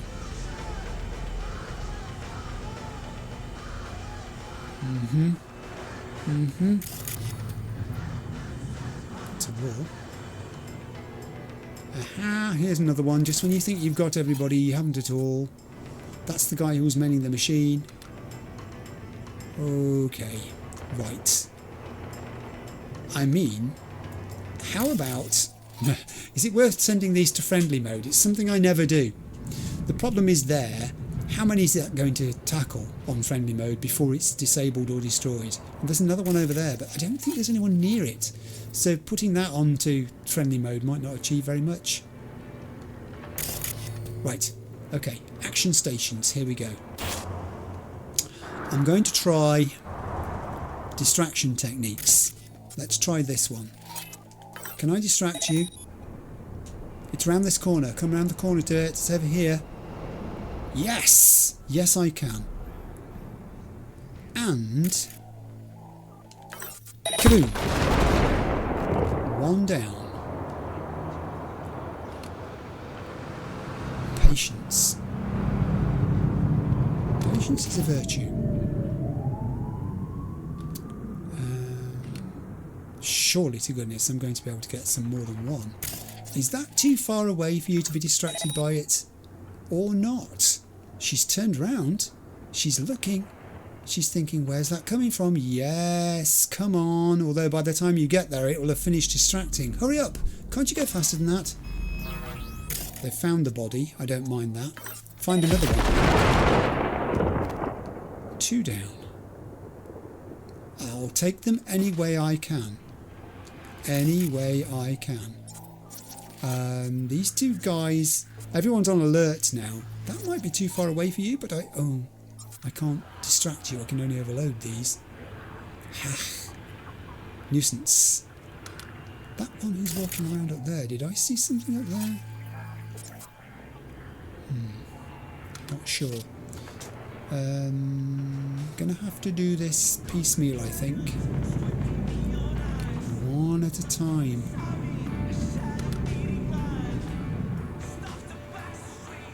Oh, hang on. You can surely have that. Will that distract?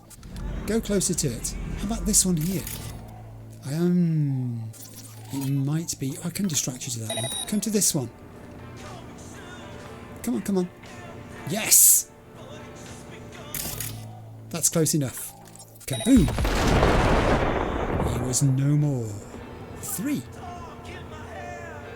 This guy is now... I could be using quick hacks. You're absolutely correct. I could be using quick hacks. But the challenge of not using them sometimes is an interesting one to have. Can I attract you to that one? I cannot. Can I attract you to that one? I cannot. He's just too far away from them. Maybe now is the time, therefore, to turn this to friendly mode. 2 guys. Take them both. Do it. Do it, turret. Shoot them, shoot them, shoot them. Hey, that was pretty effective. Can you get this guy as well? Come on. Oh. Maybe I can turn this one. It can just about see them. Come on. They're over here. Shoot, shoot, shoot. No, they're not in its beams. Still, it was worth a try. It was relatively effective. I was quite pleased with that. This one is fairly close to this. Maybe it'll get them. Damaged, but not killed. What other explodables do I have? These people over here just standing nonchalantly having conversation while this is going on around them. There's one up there, but I don't think that person's close enough to it. I mean, I can try it and see. Or are they? I was completely wrong. That's why you should always think about trying these things. Boom! That one's gone too. And I think that was the one that I could see through the upper level when I climbed up there earlier. So that could be useful that I've got rid of them. This turret is still on friendly mode. And it's getting some sort of view of this guy here. And maybe these 2 here as well. They're paying attention. And this one. And this one. Okay, the poor turret has attracted a great deal of attention, but in the process, they're not looking at me. Right. Okay, I think it's time for infiltration with a capital I. Guess I think your kidneys too. I think this higher level that I thought about climbing up to and using might now be available to me. I am going to have to be careful that I don't get seen by a sniper somewhere. But what was I just saying? That one up there, for instance. who wasn't even looking in my direction but nevertheless saw me out of the corner of their eye. Yeah, I think you're going to have to leave the game. Guess I take your kidneys too! I think you need to... Oh gosh, I've done that very badly. Let me try again. I really have got to adjust the sensitivity on this again. It is too much. And bang, and bang. Got him at last. Alright, okay.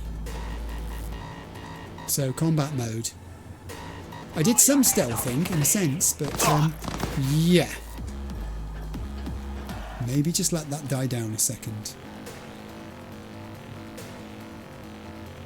Die being the operative word. Your ass is mine! Guess I don't take think your it is. kidneys too! That's not very nice. I don't go stealing your body parts. I've got to reduce numbers here somehow.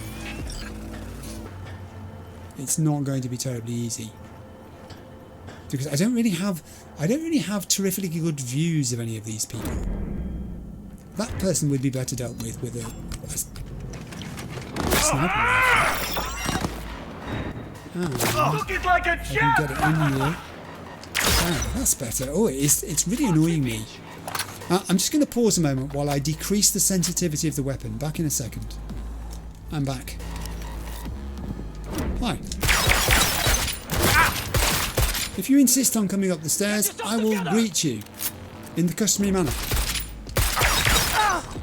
A body pile is going to form here. If they keep sending people up these stairs, there's going to be 4 or 5 bodies deep. Here comes another one. Hello. Goodbye. It's helpful to me. Blow your head off clean! No, I think it was the other way around. I think I blew theirs off. I've got to be honest. And now we will loot and loot and loot and loot and loot and loot. There are so many bodies I'm struggling to loot them. There's stuff all over everywhere here. Have I got everybody's weapons? Have you donated everything you were going to donate? You're blocking the stairs somewhat, but I'm going to forgive you that because you're not in a position to Fuck the beach! be held responsible. I've picked up a shard there. I'm going to go into my shard menu and see if I can find it. There was such a pile of bodies there that by the time I spotted I'd looted a shard, it had already closed. It doesn't really give you very long, actually, to act upon reading an archive conversation or a shard that you pick up. I think probably that could be stretched out a bit, maybe, for Cyberpunk 2. Who knows? Archive conversation, Sue Taylor and Nitro. Sue. Loot all unpacked? Nitro. Yeah? Sue. Grenades all in the Scraper armory? Nitro. Yeah. Sue. Great, now the car. Nitro. What about it? Sue. Get rid of it, moron. Nitro. Shame to trash a good ride. Had it checked. No signals, beacons or anything. Sue. Know what that means then? If you can't see any. Nitro. What? Sue. Means they're hidden, moron. Nitro. Whatevs. Sue. No whatevs. Dump it in some shady... Nitro. Burn it? Sink it? Sue. Burn, then sink. Well. Okay. Tracker. Kind of a bit of a giveaway. Should have been more cautious, shouldn't they? Should have been. But they weren't. That was a good shard to find, actually. That was a good arc conversation to pick up on. Bring in cavalry! Hey? Cavalry? Are you joking? You've got people on horses. Why would you do that? Fuck the beach! Okay, that's quite enough of that. It's unnecessary. Also, I don't know whether to leave these cameras on or not. I'm in two minds about it. I don't mind if it brings the attention of more of the enemy to me because I've got to deal with them sooner or later. And, you know, you do get to loot them when you've done it. So, why not, you might say. Talking of looting, I've got some looting to do down there. But I'm pretty sure I've not seen the last of these people. Still got some good explodables too around. So probably a good idea to remember that. wonder if I should go down before I come up. I think I might. I'm approaching this on a higher level there. Let me go into this room, because there is room here. And there is. If I can jump upstairs to it. A crate. 4, 3, 2, 1. Handgun ammo. Well, not all of those things, but nearly all of them. Alright. Looking solid. Time to do a scan, I think. I'm going to go backwards on myself and get down to that lower level. Am I? Yeah, I am. I'm going to go in through the front gates. Because I can now. That's why. Okay, let's go. Yeah. The game's telling me this is where I should be. I've entered. The minimap is looking reassuringly deserted. I have got a side gate, which I bet I'm not going to be able to open. I can open it. Tech ability 10. Didn't really gain me a lot by the looks of it. Does it? No, it's just got me into the same area I would have been able to get into anyway, but from a different angle. So, that'd be that. Various bins for bodies. I have a laptop, which I shall come back and look at in a second. So, whoa, I'm not alone here, unless it's just the cameras. Maybe it is just the cameras. Let me deal with the cameras. I'm just going to turn them off for now. Is that a camera there? No. But that's a camera there. So I'll turn that one off too. Okay, so I was about to say I'll deal with that laptop in a moment, but first we'll have a look around the back.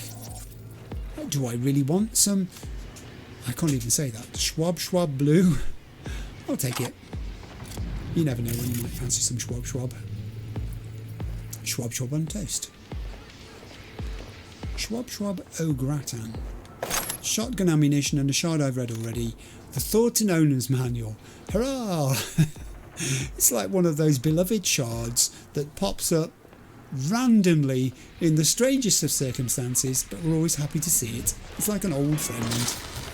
It's like that pain in the arm, you know, where we've overstretched ourselves that nags us occasionally as we get older.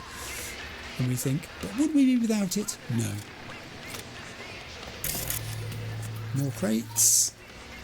More explodables. Various limbs hanging up. What's that all about? I have no knowledge of this. The decorum in this place is somewhat lacking, I would have to say. There's my friendly turret. Okay, let's go back and have a look on that laptop. But first, some little bits of looting of this immediate area. There are people higher up there, where I'll probably go higher up in a minute. Where were those three guys there? Are they showing up close to where I am? They might be. But I've kind of got to go that way anyway. Let's turn that camera off as well. I think that it's alright, it's fine. They were going to come and find me anyway eventually. I'm happy for them to know where I am. Let's have that thready beat there to get the adrenaline pumping. While you're doing that, I'm going to come over here and look at this laptop. Use it. 2 messages and a file. Hang on. It would seem they don't want me to look in the laptop at the moment. I don't see anybody. Yeah, I'm going to come into my laptop. 2 messages. Let's do these first. Stadium transaction. From Zetatech Operation Division to Hassan Demir. Hassan, this is taking too long. What's going on there? From Hassan Demir to Zetatech. We had delays. They wanted to make sure we weren't trying to dupe them. I have the prototype and the schematics. All that's left is to pack up the remaining items and we're good to move. From Zetatech to Hassan Demir. Good. Safe travels. From Hassan Demir to Zetatech. We're on our way.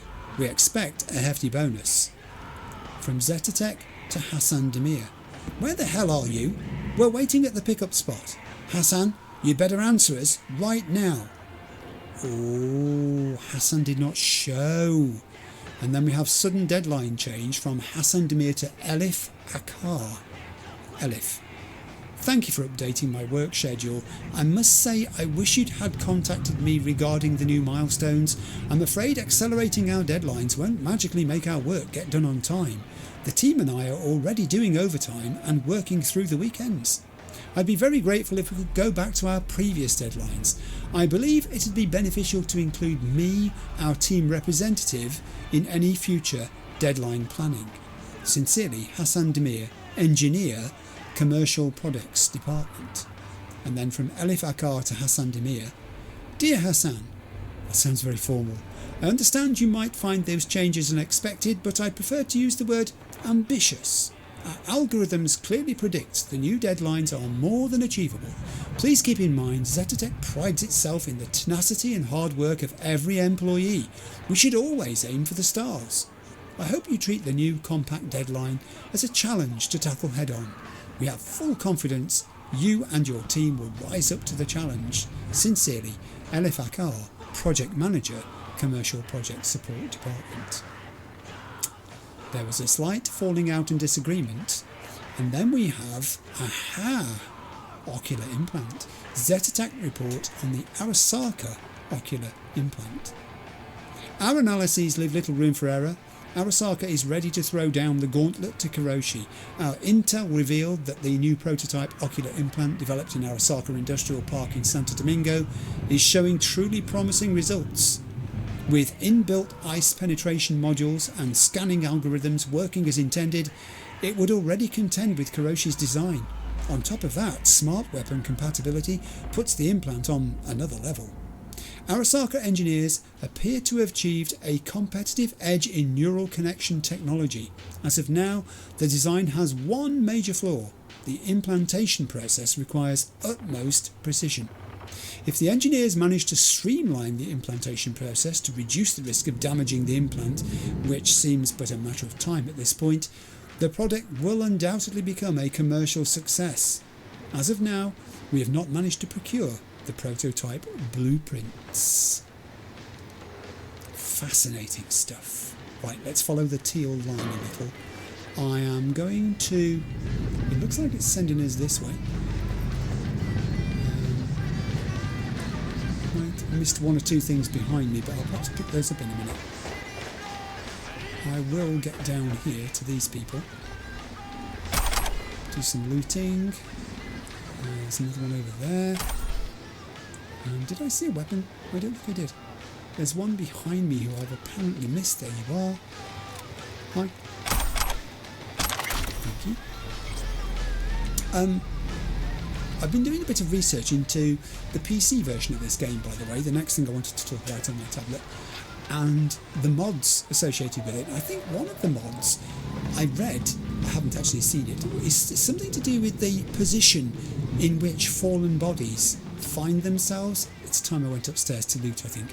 Find themselves after they've expired, and it just made me think, seeing that one there who was convoluted somewhat rather.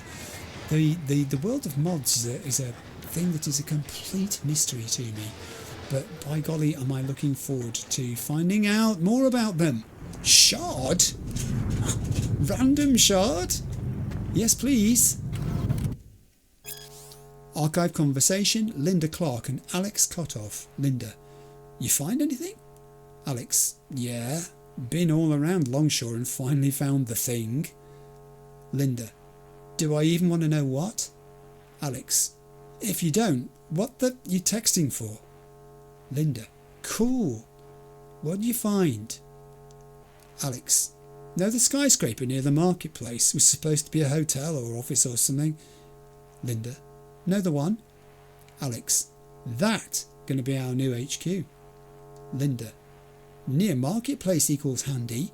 Stadium's far off, can pawn little goods at marketplace. Alex, exactly. Can put heavy defences at ground floor. And place has a nice viewpoint up top. And place even has a furnace up top. Linda, furnace? Alex, Very useful. Can burn corpses. Bake pizza. Linda. True. 2-for-1 combo. Haha. Okay. Gonna send someone to check place out. Alex. Place is Nova, seriously. But send someone if you still don't believe. Okay. That was interesting too. A furnace. Oh, I've just spotted an access point. And a new camera, who I have not yet managed to turn off. I might just take camera control on this one. And see if it offers me anything new. I don't think it will at this stage. I'm just wondering whether any enemies have appeared as reinforcements in any places where I've been or am yet to go. I think not. Alright, okay. That's alright, that's fine.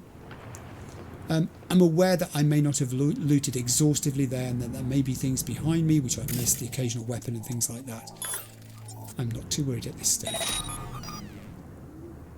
Yeah, that's alright. I'm going to turn this one off. And we'll live with that. Let's go over here. And... oh, nearly missed a crate full of... what? What are you? Some tier 5 and some tier 2. Excellent. Yeah. Okay. Let's do this. I'm going to take a look at this as usual and I will return to you in a moment or two. Okay, we're going. I'm throwing the first one away as usual. We need an FF and an FF. I'm going top to bottom on this one, by the way. 55 and a 7A needs a BD and a 55, and we've done the lot. We're only going to get 2 tier 5 components there because we only ever do for that, although we have got some crafting specs and that sort of stuff. Good. Good. Right, there's a body in my way here, which I will now go to take a look at. Ooh. Money shard. Voices? Huh? Oh yeah, voices. Oh yeah, voices. Nothing on the minimap though. Interesting. I wonder if they're from the direction that we are being asked to go, which seems to be down there. Can I see anything in there? Not to my knowledge. Yeah, I think I'll just get down here, back onto the stairs. Ooh, easy now, easy. I don't like hearing all these voices. Huh? See? What is that? I'm not making that much noise. I'm seriously not. It's dark in there. It's really dark in here. I don't like this. Right. Wait a sec. There's a different camera here. If I could get hold of the camera without being seen, I would be very pleased. It's not going to be easy. Oh, it's not a camera. I thought it was. Huh? Whoa, easy, easy, everybody. Let's just all be calm. Let's all be calm. How many of these can I tag? Let's try a ping. Let's scare. I'm going to scare myself with the ping.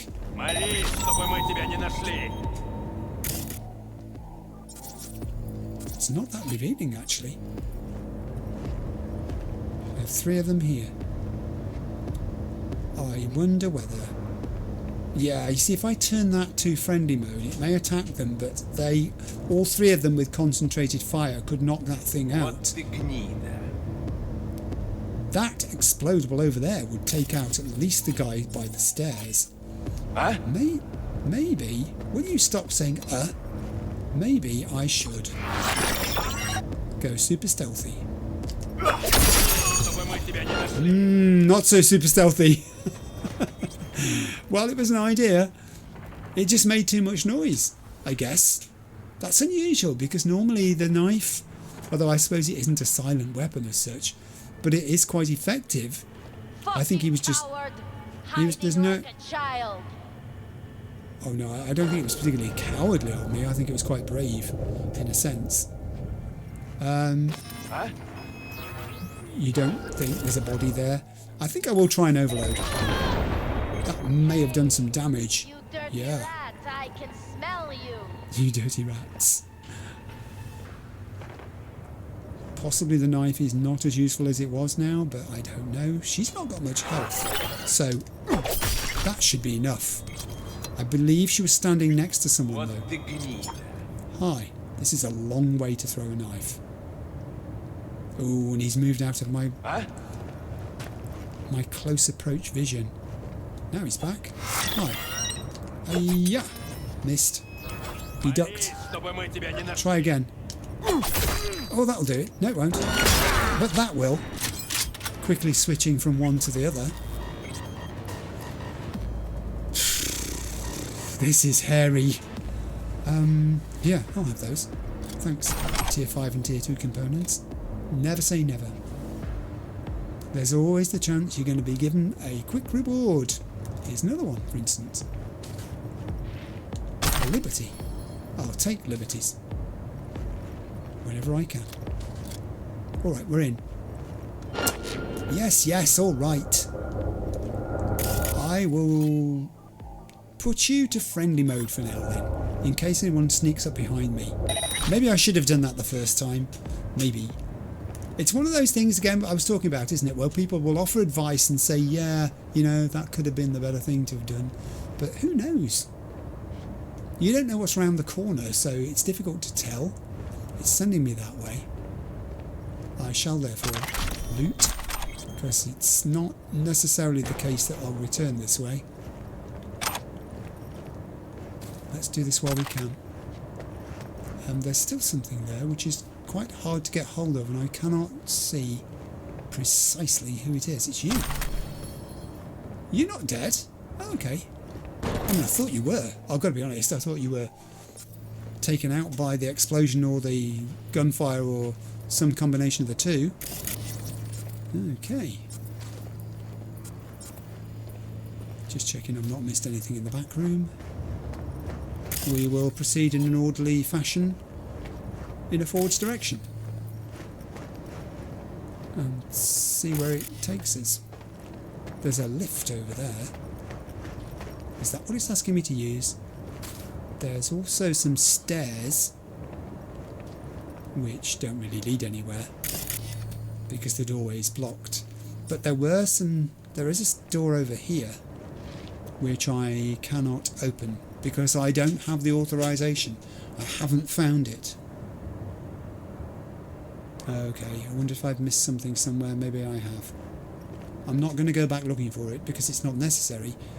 I suspect, because the route is pointing to me towards this lift, that this is the major way forward, and that would have just been a reward of some sort. Is that the case? I think it probably is. Let's go in the lift then, shall we? I don't like lifts. I don't like any lifts in this game. This one is particularly bothersome because it has openings front and behind, so therefore you can't really guard both sides at the same time. I'm going to stand in the middle and see where it comes out and be prepared to dart left or right when it reaches level 24. Is it going to be this side, do you think? No, surely it's going to be this side, isn't it? This must be the interior of the building, wouldn't you think? Yes. Take up cover quickly. The door didn't open. I've got to manually open the door. But there are people everywhere. And I can't scan through the door. Open the door. Knife. Okay, steady now. Squat. Take that camera over there under your control. Get back into cover. Let's have a look around. I'll tag as many as I can see. Let's try a ping on this one. What has that revealed to us?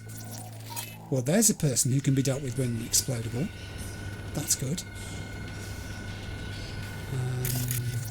Some of these people, not many of these people actually, can I visibly to see and tag. Yeah, I mean, it's going to be a thing, I think, maybe, using explodables here. Oh, you keep still while I tag you. Thanks, you were already tagged. That one can get tagged. There's a lot of them, and I've only 3 cameras. They do seem to have patrol routines. That one there's almost making himself visible, but not enough for me to tag him. Here. Gotcha. I got you, babe. Now I'm wondering whether... Does this go anywhere behind me? Kinda, but not far. I'm wondering whether I will do the same thing as I've done before here, but I think I might start off with... Don't start off with... using the knife on the ones that I can see, or the explosives on the one that I can't. Okay, the question has been answered. I'm going to try doing this. Right there. I mean, the guy's standing right next to it, so he barely needs to be distracted towards it. Kapow! That was one big bang. Now then, let's do the same with you in this one. Come on. Oh, oh, oh. Is this guy going to come all the way down here too? I might get 2 for 1 here. No, I don't think I'm going to get 2 for 1. Instead of which, I'll do that one, because he's right next to it. And then I'll come back here quickly and do this one, because he's right next to it. Did not kill him. First guy was very close to that, I thought. It's severely injured him. Oh, and here's someone I haven't tagged. Right, I'm going to have to be careful now. Body identified, enemies alerted. Yeah, yeah. Yeah, yeah. Tell me about it. I think I need to pop out. I know where he is. No, you don't. I know where I am. I'm here. And... You gotta check it out. He's gone. What was that? But that's alerted her. She's coming my way. Maybe I need her to turn around and look the other way. Thank you. And she's gone. Back into cover quickly. Right. That was bullshit. I'm going to turn that camera off now in case its beams could reach me. I don't think they could, but you never know. Guy just jumped over a barrier there. He's right next to me. Be careful now. Can I sneak into here? Can I? Dare I? Should I?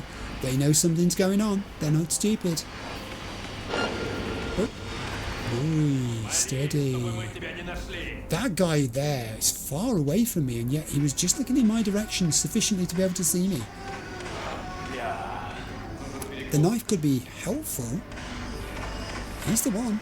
He's the one who's going to see me, I think, if anybody does. I would dearly love to take this guy out, but he's the other side of this thing. And I don't know what's around that corner. Can I be seen through here? I think I can. Yeah, yeah. Oh. Turret. I'm going to turn the turret to... What am I going to do to it? I'm going to turn it off. Because whilst I'm sneaking up on this guy, I don't need its assistance or its aggressive behaviour. Can I nearly turn around? Can I grab you? Grab. Come on, this way. And dealt with. Get down, get down, get down. Hi. Thanks for those. Look at the circuitous nature of the teal line on the minimap. I hadn't noticed that. That's so convoluted. Oh, this is not helping me. Oh! Shard on the table. suddenly I feel better. I have the strength of 10 Vs. Let me read this. Waste not, want not. What's this about? Waste not, want not. So, as you know, we got some preem cut of chrome from our Zetatech cattle.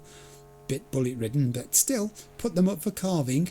Got to be some chrome still salvageable. Grab any jewellery, watches, gold teeth. Make them leave this world like they were born. Butt naked, yeah? Oof. That's uncomfortable reading. I mean, I am showing them no mercy, and they deserve no mercy. So I'm glad. Those two things sit well with me. This is actually a very useful little gap in the platform here, from which you can observe what's happening down below. I am wondering whether, yes, for instance, be distracted by that thing behind you. What, this thing behind me? Yes, that thing behind you. But what do you want me to do? I just want you to stand there for a minute till it goes. There you go.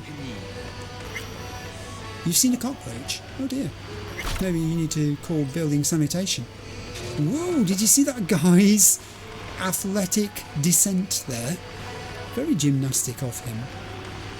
Now again, my knife might be useful here. It's a bit of a distance, but if he comes round the corner like a good chap, can I distract you with anything? Yes, I can. Go and stand over there by that. Yeah, that thing over there. Yes! That will be your undoing. Well, it will if I can throw this knife. He's a bit of a distance away. And I think we're there. Let's do it. He's gone. Just in time. If you could feel the way I feel just at the moment. Dear heaven. Right, there are numerous, including two over to my right who I've not spotted yet. Numerous vision cones. These guys must be... They're over there. I have not even come across them yet. I can't see them as far as I know.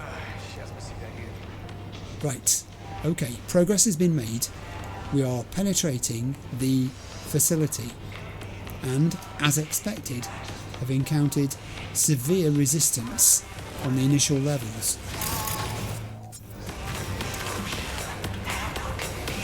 Nevertheless, also the music. Honestly, the music, it's so in my face at the moment. I'll take those and quickly dash behind there because he can see me. Can I get control of that camera there? This rat's in the way. There, I just want to see the camera. The camera. There it is. No. I think I put it on friendly mode. Right. Now can I... You mean I can't now? I don't know what I've done there. I put it on friendly mode and I didn't mean to do that. I meant to take control of it. Oh. Now I can take control. Yes, you, in fact.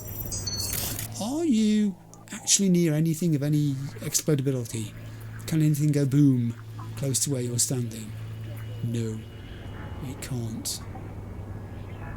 Of the two operating cameras... Yeah, that's not very helpful. There's a guy downstairs doing something. There's two guys upstairs over that side chatting, who I can't even see. And there's this guy here. Well,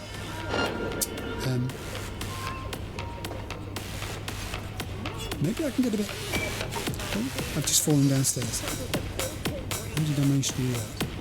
Can I jump back up there? Have I got to go up the stairs manually? Let me do some looting while I'm down here. I think it's safe to loot. Someone over there got something for me?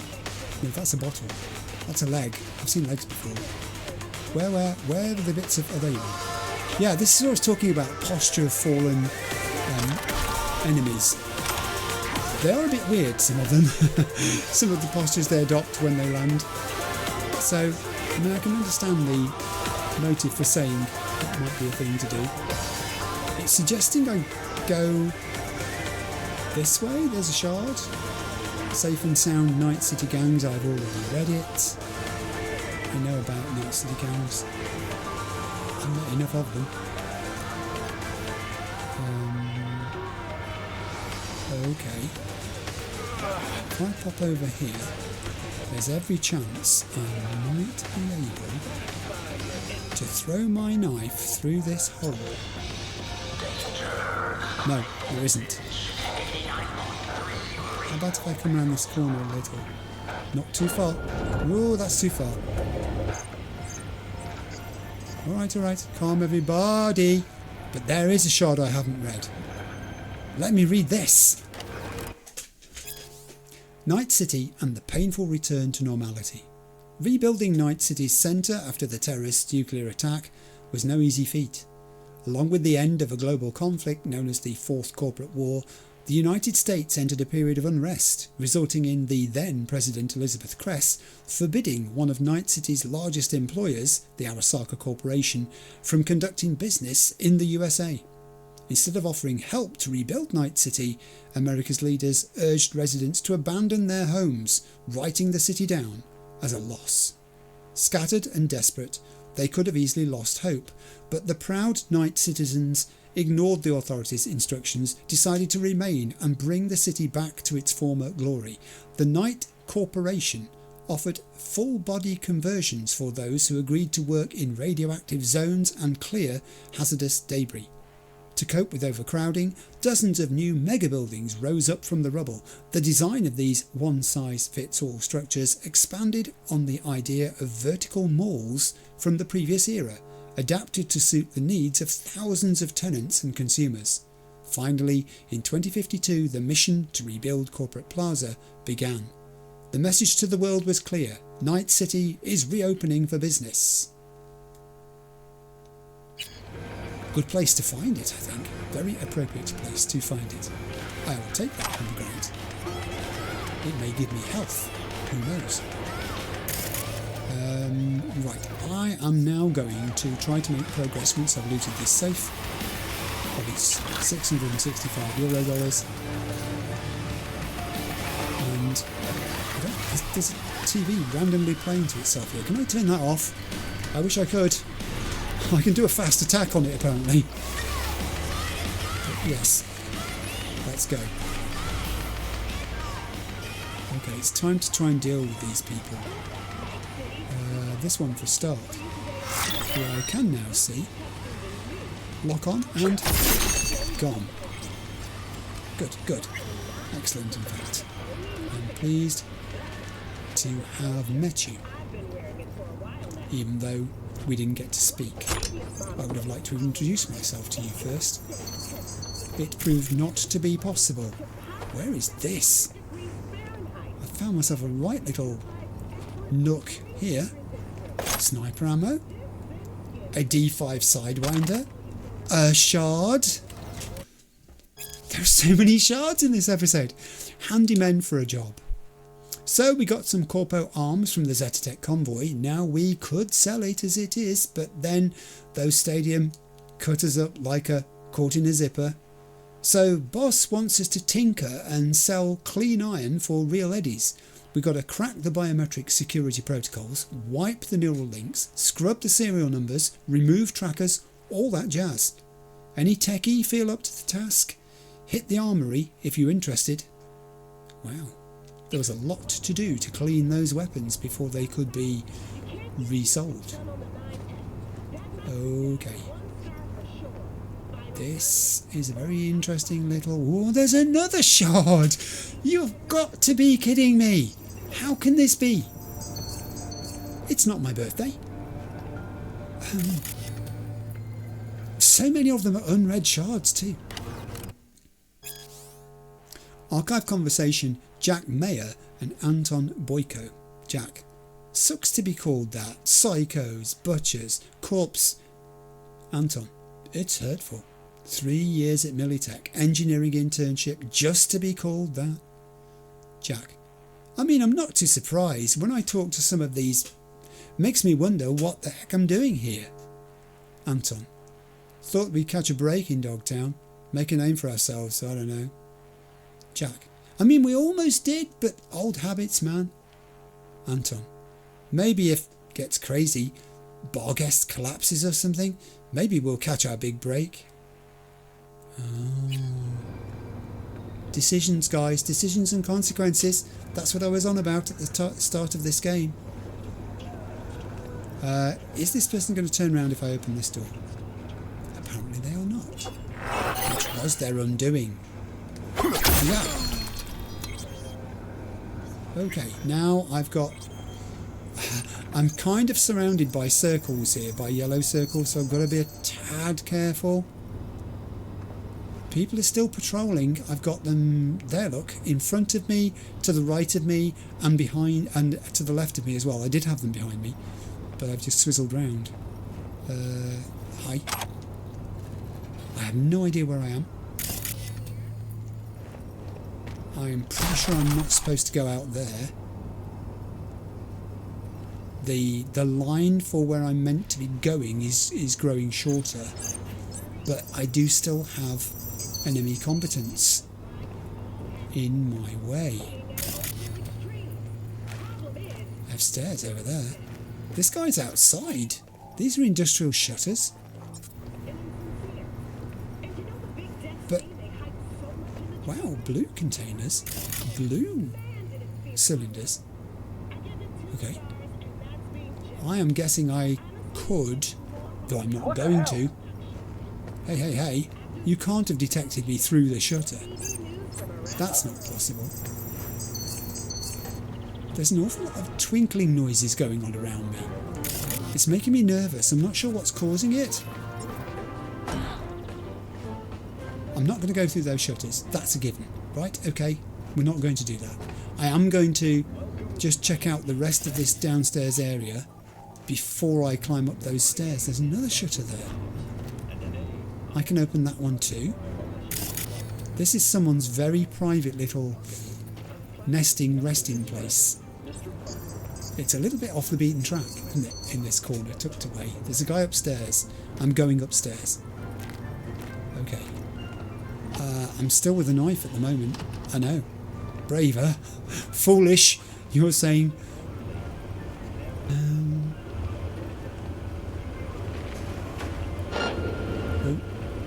Go. There we go. Those are the two guys who were together that I couldn't see. Guy and girl, I beg their pardon. Here, and I almost completely missed the guy, is somebody standing right behind me.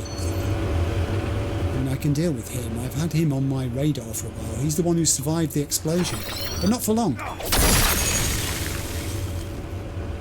And then he didn't.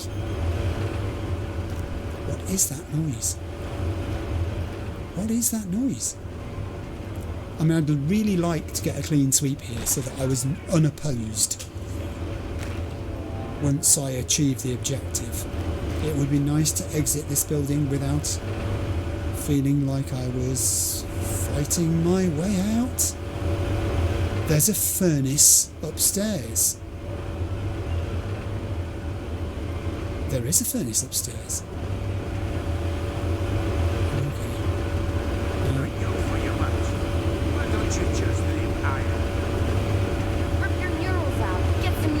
Nutbrain. Optic shit's delicate. Want me to damage it?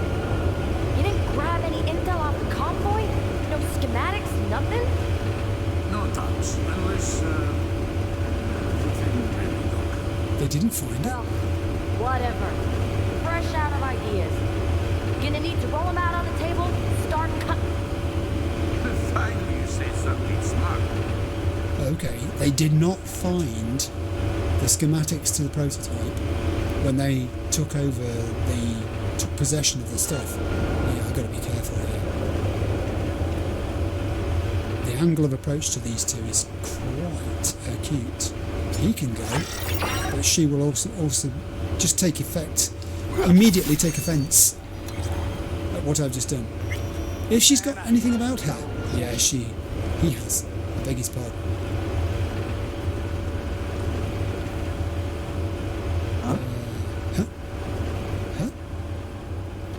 Smile.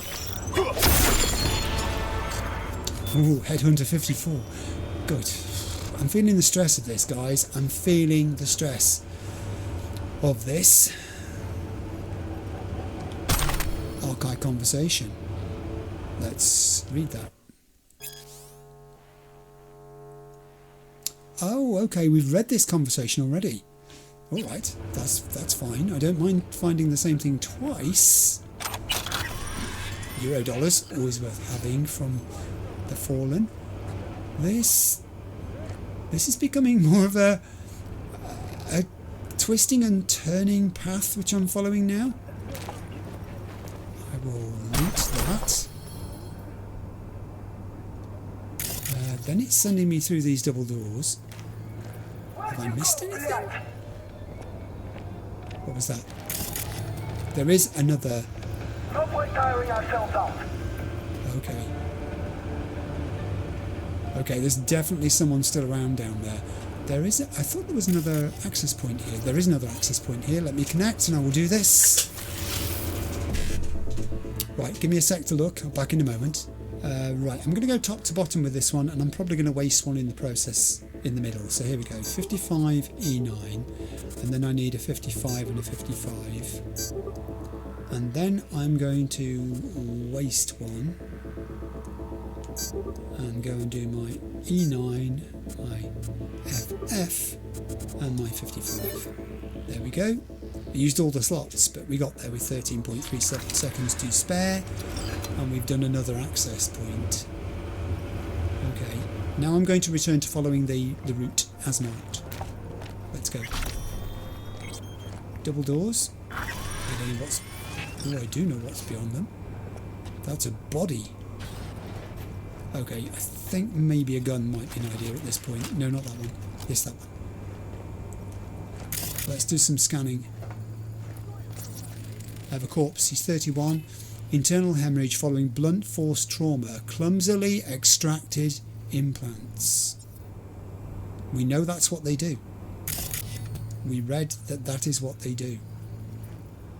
Find the prototype emitting the signal. And I've been doing that all the way through. That's exactly what I'm trying to do.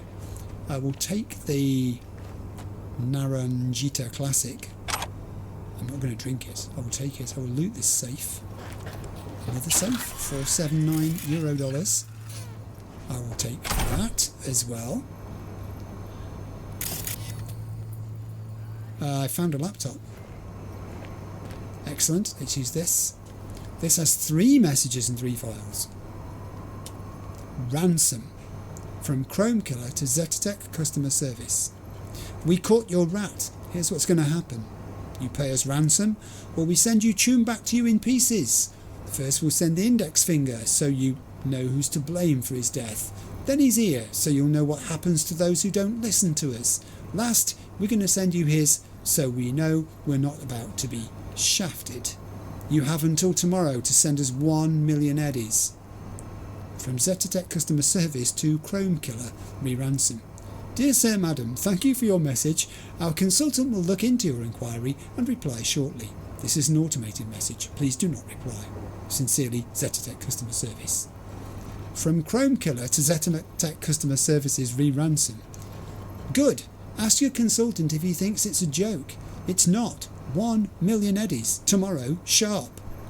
From Zetatech Customer Service to Chrome Killer re-ransom. Dear Sir Madam, thank you for your message. Our consultant will look into your inquiry and reply shortly. This is an automated message. Please do not reply. Sincerely, Zetatech Customer Service. From Chrome Killer to Zetatech Customer Service re-ransom. Playing hardball. Broken record treatment, huh? I know you're reading this, you... Fine. $500,000. Final offer and final warning. You don't send the eddies. By tomorrow I'm cutting off your guy's finger. Okay. Oh, here's another one. Says ransom negotiations. Ransom negotiations. Out of luck. From Chrome Killer to Tammy Itzkovich. I sent a ransom note to Zetatech from a fake account, but we, out of luck I think, their negotiators are cold, like talking to a robot. Tried to tell them we're not around, and they were like, whatevs, just sit tight, like mocking me. So don't think we're going to get any cash, just gotta and grab his chrome and game over. Oh, dear. I mean, they thought it was the negotiators being cold. I think it was just, I'm sure you do too. It was just an automated response. This is goods to pick up from Fred Zubia to Terra Cognita Scavs. Yo-yo. Got the at the scraper. Send someone over to collect, because we don't want hot stuff to stick around for too long. See ya. From Terra Cognita Scavs to Fred Zubia. Goods to pick up. Yo, we heard what you pulled. Cray. Corpo Convoy, respect Tombs. Gonna send some Tombs to pick up, but tell me, you had some guy on the inside or what? From Fred Zubia to Terra Cognita Scavs. Goods to pick up. Maybe, yes, maybe not. Better chat in person. Come by and we'll chat and celebrate. Files 3. Codes and passwords. 2753. Thanks. 2753. Mail passwords. Scavs for life. 123 exclamation mark. Safe code 054786. Never have I found so many codes in one place. Never mind. Oh no, I've written those down for nothing. Some torched the lock and melted it. Well, thanks. I should have read the last bit first. Furnace instructions. Ugh. There were supposed to be instructions on how to handle the furnace here, but some moron deleted it, so here's a short guide. 1. Get a body and dump it in the furnace. 2. Turn the furnace on. 3. Take 2 steps back if you don't want to get scorched. If you do, go ahead. Don't skip step 3 if you don't want to end up like Arnold. Face looked like a chewed out raisin. Not really funny. I mean, it kind of was, but still, if you don't want to end up like him, don't skip step 3. Missing equipment. We check the containers and the armory, and one thing's clear: someone's stealing. I don't know if they're taking the shameless route out of the main entrance or trying to sneak out across the bridge, but they keep doing it. List of gone missing: 2 Arasaka Kenshin, 1 Tsunami Nekomata, 3 Militech Saratoga, 1 Technotronica Burya. Oh, never mind, we tossed that last one because it's... yes. Okay, and lots of local network connections. Okay, right, good. We're out of there, that's good. Okay, where do you want me to go next? This way? And then... is there anything else here that I've missed? Because I'm not going to be coming back, I suspect. I'm saying I'm not coming back. Yeah, I missed some components. Did I loot? Are they lockers? No, they're not. All's well. All's well. I think we got what was here to be had. I mean, that body tells a story, doesn't it? You're sending me this way down the stairs. The line is getting shorter again, because it was getting shorter, then it got longer. Gun drawn. Aha! You, over here. Yes, I can put my gun away. Hello, prisoner. Let me guess. Zeta Tech hire. I think I know why you're here. You're thinking I came for you. I came looking for stolen tech. But he thinks I came for him. We can't waste time. Let me guess right back. Want me to rescue you? No. The prototype. And its schematics. What? Correct? They might have locked me up, but I kept the signal pinging from my prototype. I knew the Corp would send someone eventually. Uh-huh, cute. Now the short version. Who are you? Hassan Demir, Zeta Tech engineer. Only survivor of the Scav ambush. You're Hassan. Okay, I have a Nomad option here, which is to question why they didn't check the transport's route. How'd you get caught with your pants down? Zeta Tech didn't map the route? It was an undercover operation. Minimal security, maximum secrecy. Only language scavs speak is brute force. Think you forgot Dogtown ain't Night City. Yes. Noted. Now, I have a proposition. Get me out, and I help you find the tech. Yes? I mean, the thing is, both these things apply. It is very suspicious that he's the sole survivor, but also, Shouldn't where we is be the going? prototype? The prototype was sending out a signal, and the signal led me to here. Although now, I've got this sort of double teal circuit line, which is strange. I don't understand. Where's the prototype? Fixer didn't mention a rescue op. Only the prototype. You have it? Oh, I have it. Wait. Telling me you planted that tech in your own damn skull? Yes, of course. Well, I figured it was the safest way. The border control scans don't recognize unreleased tech. In retrospect, it does seem rather foolish. Little bit. Then again, it bought me a few hours of life. We're a package deal, the prototype and I. You won't get it while I'm here, withering away. More luck than sense, this one. How gonk you gotta be to chip yourself with prototype tech? No offense, V. Of course, unless Zeta Tech forced him into it. Made a guinea pig out of it. Hey, that's a point. Well, but I want to know all of these things, but I don't know whether the game's going to let me have all of them. We can't This is waste the thing. time. Yes, we can. I'm going to go with this one saying this is a risk. Oh, am I going to go with that though? I know it's risky, but I need 20 to be able to do it, and I've got it. So this is quite a high-level thing to say. Prototech's capricious, erratic. For a Zeta Tech engineer, sure took a big gamble planting that thing. Yes, you did. Indeed, a gamble. Yet the alternative was far more dangerous. Right. And Big Daddy Zeta Tech? All cool with letting some Dogtown ripper fuck around with Papa's priceless prototype? Papa was not informed of the decision. Now, can we please take this conversation outside? I can do both. What is the prototype exactly? Johnny's not impressed by this guy. Why all the drama over some measly implant? Some implant? Measly? Please, this design is a potential Kiroshi buster. We read about it. We at the firm learned some Santo Domingo riffraff stole it from Arasaka Industrial Park. Yes. Naturally, we investigated. I was to conclude the sale at the stadium. Hush-hush, not so much as a beep on Arasaka's radar. And well, here I am. It's not a rescue operation, but on the other hand, if I want the tech, it looks like it's going to have to be. I don't think how about I just take Shouldn't it we be going? It's going to do much. Let's go with the second one. Not here to rescue hostages. Look, if you want the implant, you need to take me to a ripper. Yeah. Extracting it is a delicate process. There's no way out of Prototype's this. all I need. Its condition? Whole nother gig. That still leaves the schematics. Listen, I can show you where they're holding them. Oh, that's a good point. That's a good bargaining chip he just played at the end there. We were told to get both, were we not? I'm gonna warn you We can't waste time. Not to try anything tricky here because I'm fed up with people tricking me. And Johnny's stretching. So that's your scheme, huh? Fine. Try anything funny, though. He's shaking his There's head. a time and a place to be funny. This isn't it. Yeah. Now, to crack open this door. Bypass the security?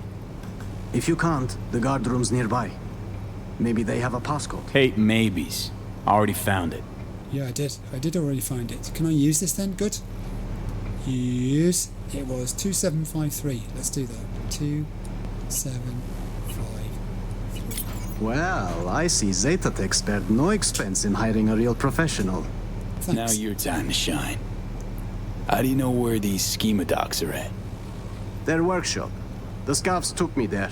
Forced me to remove the security protocols on the tech they'd swiped. Uh-huh. Lead the way then. And no gonk moves. I will stand aside. Where's he going? I thought he had a different way out of his cell there. Okay, I'm going to go with him. I'm not going to try and loot his cell or anything because I don't want to lose sight of him. I will wonder now if there was anything in his cell to be looted, but this is the more important of the two things. I haven't got a gun drawn, and I'm not sure if I should have one drawn either. But at this stage it seems unlikely.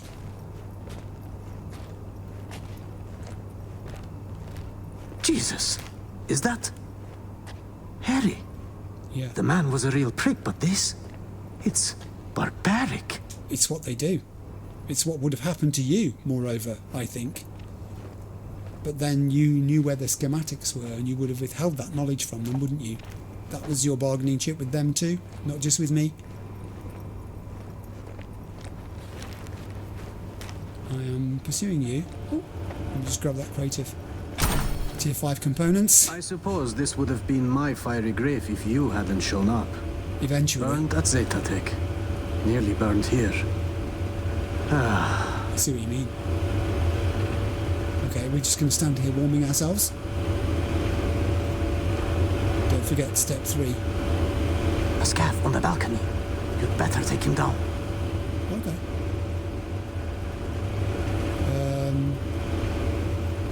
Ooh. He's kind of catching me a bit by surprise by the way you came in there. Okay, let's do this. One less. Fewer to worry about. Oh, there's a lot less to worry about, Hassan, believe me. I've been busy here.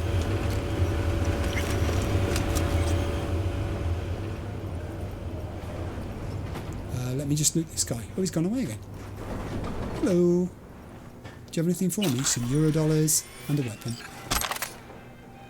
Okay. Where'd he go? There he is. I'm with you.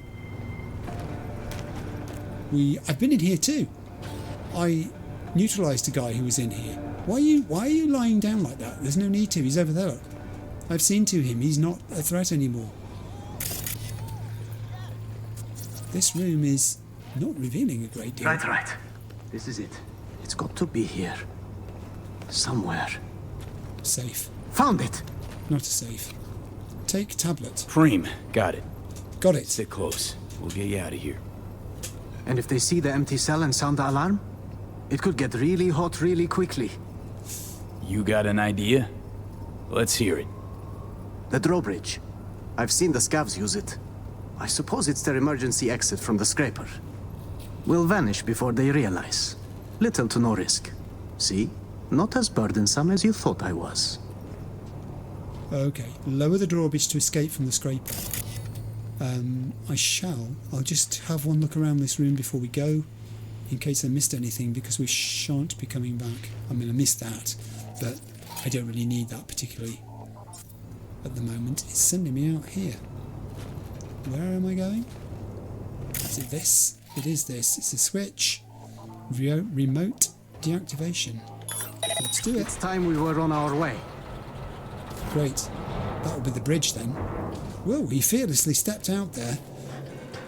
Do I need to have a gun drawn? Couple more steps. Keeping it quiet. Out of sight, out of harm. Right, If they don't spot us, we'll be just fine. Come on, Hassan. Keep it together.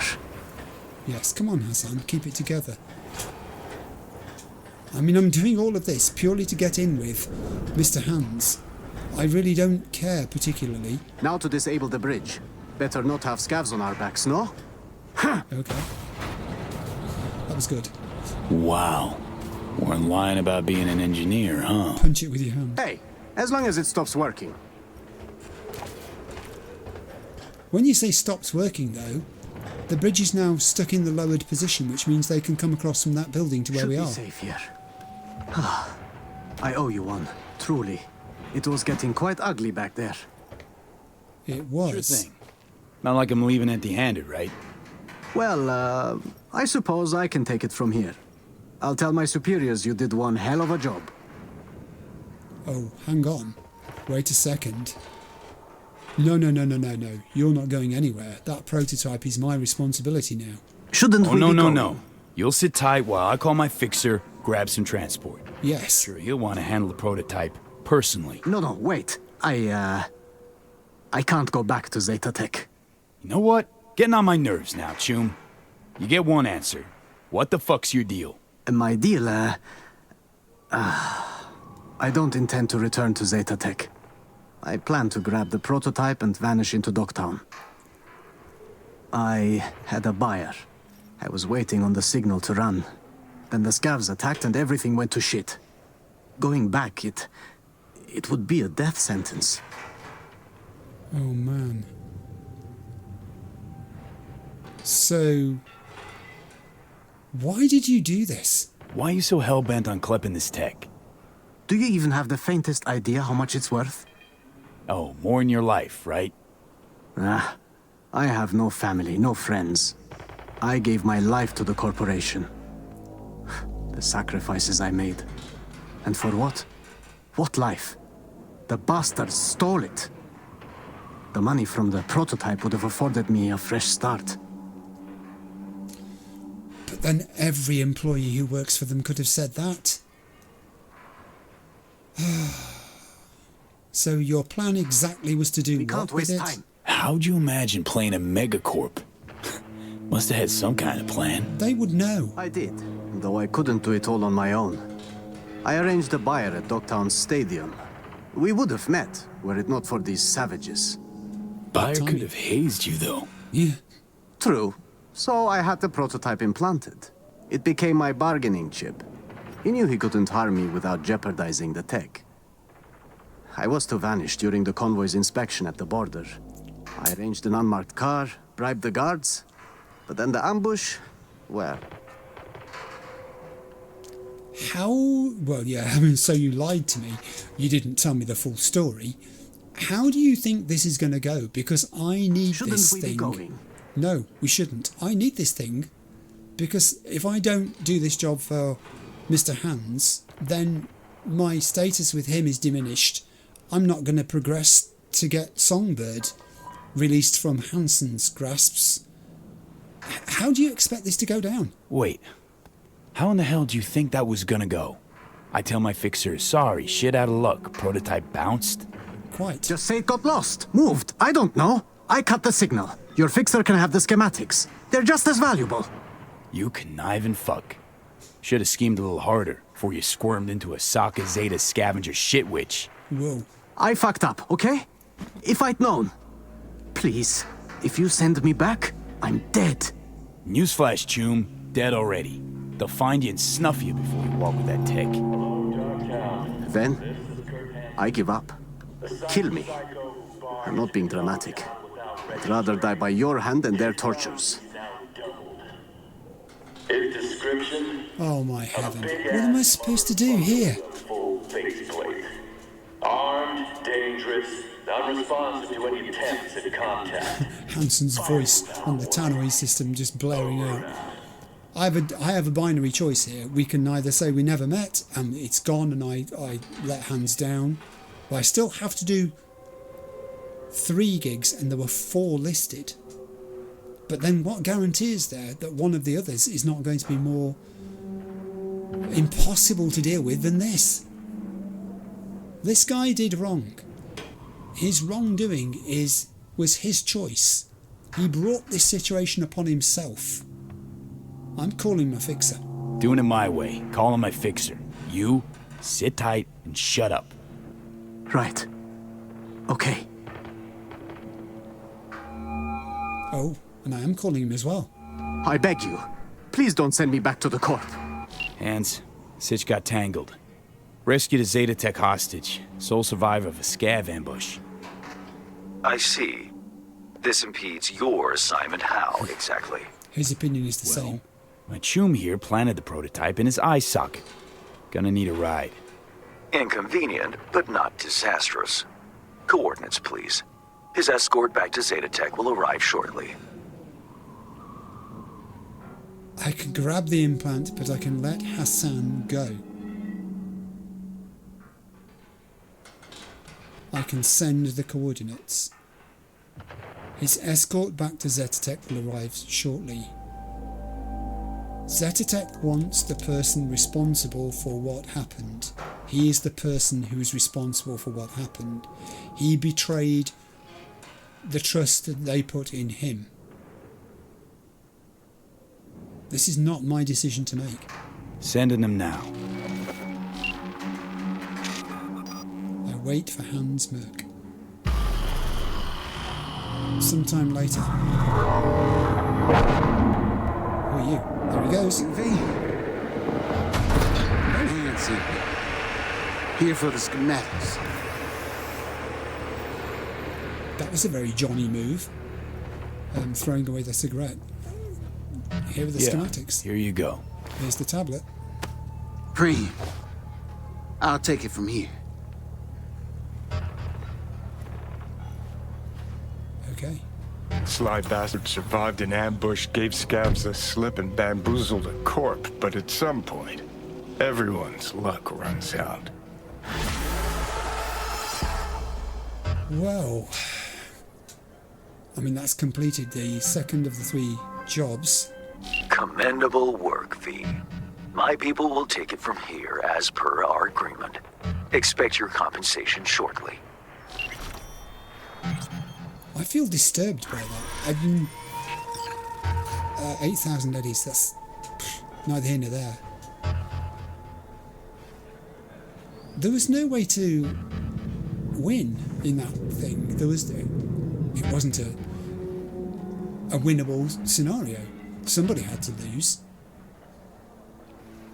I think the principle here is to bear in mind the ultimate aim in all this, which is Songbird, and working towards getting Songbird's release. V has a vested interest in that because of the relic chip, but more than that, it's to do with what's right in this situation and resolving the issue between Songbird and Myers and what it is that Songbird's doing at the Blackwall. Right, I am going to take a break and then I'm going to be back. See you in a second. I decided to stop at that point because it seems a good natural pause to end the episode. We're on about the 3-hour mark. Certainly the end of that episode gave me pause. I'll come to that in a minute. And the last hour of it was incredibly stressful. But throughout the episode, it was a mixture really of experiences. There were some very positive structural experiences. I got to use the smart shotgun in several situations. I now understand fairly well, I think, its capabilities and limitations, things that it can do, things that I need to do to let it do its job well. Talking about range, bracketing of enemies, what one shell can do in the right situation, what 2 shells will not do in the wrong situation. All of that sort of stuff is invaluable learning with a weapon that I'm just not familiar with at all. Shotguns are not my thing. I've stayed away from them because I was scared of getting close to enemies, and they are a relatively close range weapon. So maybe that's something that's changed about me, and that's good. Also, there was the red drop, which got me. I said I wasn't going to do many of them. There was one, and I was not going to avoid that because it was literally right in front of me. That got me some interesting lore about how identities can be disguised and people can pass through checkpoints and barriers being recognised as one person when they're actually someone else, and this is a means of smuggling for those groups who want to do it without being detected at the border. So that was interesting. Space Force One's life pod was just mind-blowing. I still can't work out whether that is something the game makes you experience. In other words, if I hadn't found it there, the game would have perhaps waited until I was somewhere else and placed the pod in that other place and then had the conversation with Johnny, which could have happened anywhere, let's be honest. Whether it's an essential piece of experience, in other words, which it just happened to me because that's where the game decided to put it, I don't know. The fact is I was sightseeing at that point. I was going higher to take a picture of the coin-shaped building, and then I got that piece of text about the reference to the pyramid-shaped building as well. So that's good. That's nice synergy there. But yeah, all of that, you see, and to some degree, the cap exercise where I found the van and took it to the location and was rewarded, all of that was fairly straightforward, and you'd put it down as positive experience. And then we got into the Mr. Hands gig and everything went slightly sideways. For a start, I've done one of the gigs, and then I have 3 others presented to me, so there's a total of 4, but I only need to do 3 of them. That's weird because that means there's an element of choice, and it's random choice because you don't know from the descriptor really what the gig's going to involve. So I went with the one that was actually furthest away. And to begin with, it was pretty straightforward. Go in there, recover the piece of tech, give it to me, give me the designs that go with it. and that will be the job done. You will have earned me some credit in the eyes of the person who's engaged me, the corporation that's engaged me to do it, and you will have gained some reputation in my eyes. So I, Mr. Hands, will be more disposed to help you with what you regard as your task, getting to see Songbird penetrating that building. However, then it all goes weirdly wrong, because I'm thinking back to the Cap gig where I had to drive quickly. I had to drive quickly for the sake of just trying to get away from the enemy. I've been practicing driving quickly, but I don't do it. I'm just not good at driving quickly. I don't think I could do it if I practiced from now until forever. It never feels comfortable. The one time it did feel comfortable was when I wasn't myself. It was when I was driving to Judy's because of news that something had happened to Evelyn, and it just seemed incredibly important to me. Evelyn was a symbol in my mind for the possibility of winning against Night City, for scoring against Night City, for putting one over on Night City, for saying, not this time. You don't get to decide this time. We get to decide. The players, the people, the characters, we get to decide. And then that drive, it was literally as if the road was just a straight road with no traffic on it whatsoever. I can't even remember doing that drive to Evelyn's. It just seemed so straightforward to put your foot down and get there. And everything around me just dissolved and disintegrated, and it was straightforward. But I don't know what else I was thinking about. Nothing. I don't even think I was thinking about driving. I was just thinking about getting to Judy's and being there to see what had happened with Evelyn. And the reason I say that is because Evelyn, it strikes me now, has parallels with Hassan. Evelyn was a person who was working in a job she did not enjoy. She felt trapped. She wanted a way out. Hassan has given his entire life to working at Zetatech, and he has no friends, he has no family. As he says, what's he got to show for it? Evelyn is presented with a way of escaping from her lot, the relic chip. If she can get her hands on it, if she can sell it, it'll be worth a fortune. And after that, she's free. She can be away to do whatever she wishes. Hassan has an opportunity presented to him where he can get hold of this tech and its designs, and he can sell it for a large amount of money to the right people, and then he is free. He can choose whatever life he wishes. After that, he will escape Night City. The problem in my mind, and this is why after I turned off the PS5, having saved the game, I stared at a blank screen in front of me for 5 minutes thinking, is Evelyn's demise, although I guess some people could bring V into the blame game for this, wasn't actually V's choice. I would have moved heaven and earth to have kept Evelyn alive, and I tried to. Hassan's fate is V's choice. I could have let him go, and I didn't let him go. Because for some reason, and I don't think it's necessarily the difference between Evelyn and Hassan per se, although Evelyn was known to me. Evelyn had a relationship with Judy.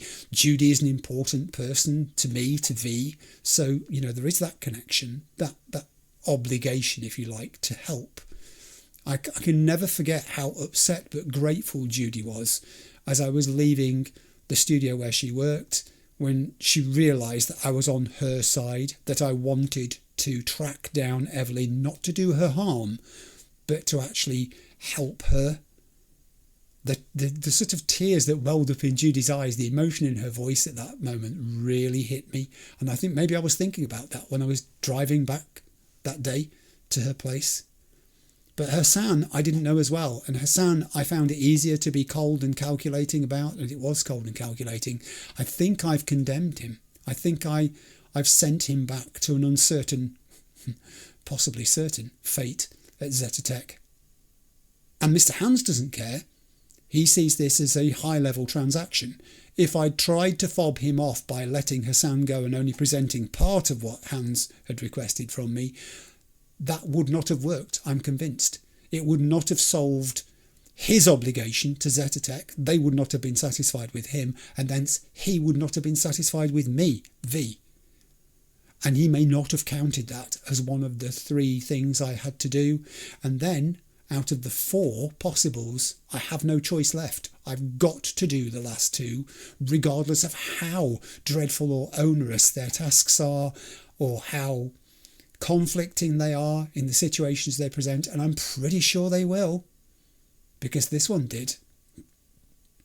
It's 5 minutes. I literally sat like this with my arms folded and stared at the screen in front of me, thinking there was no way that I can come out of that without having a little of the blame for what's happened. Yes, Hassan brought it on himself. Yes, it was his choice to double-cross his employer. So you could, as I tried to, I think, in the spur of the moment there, put all the blame upon him. But I don't think I can.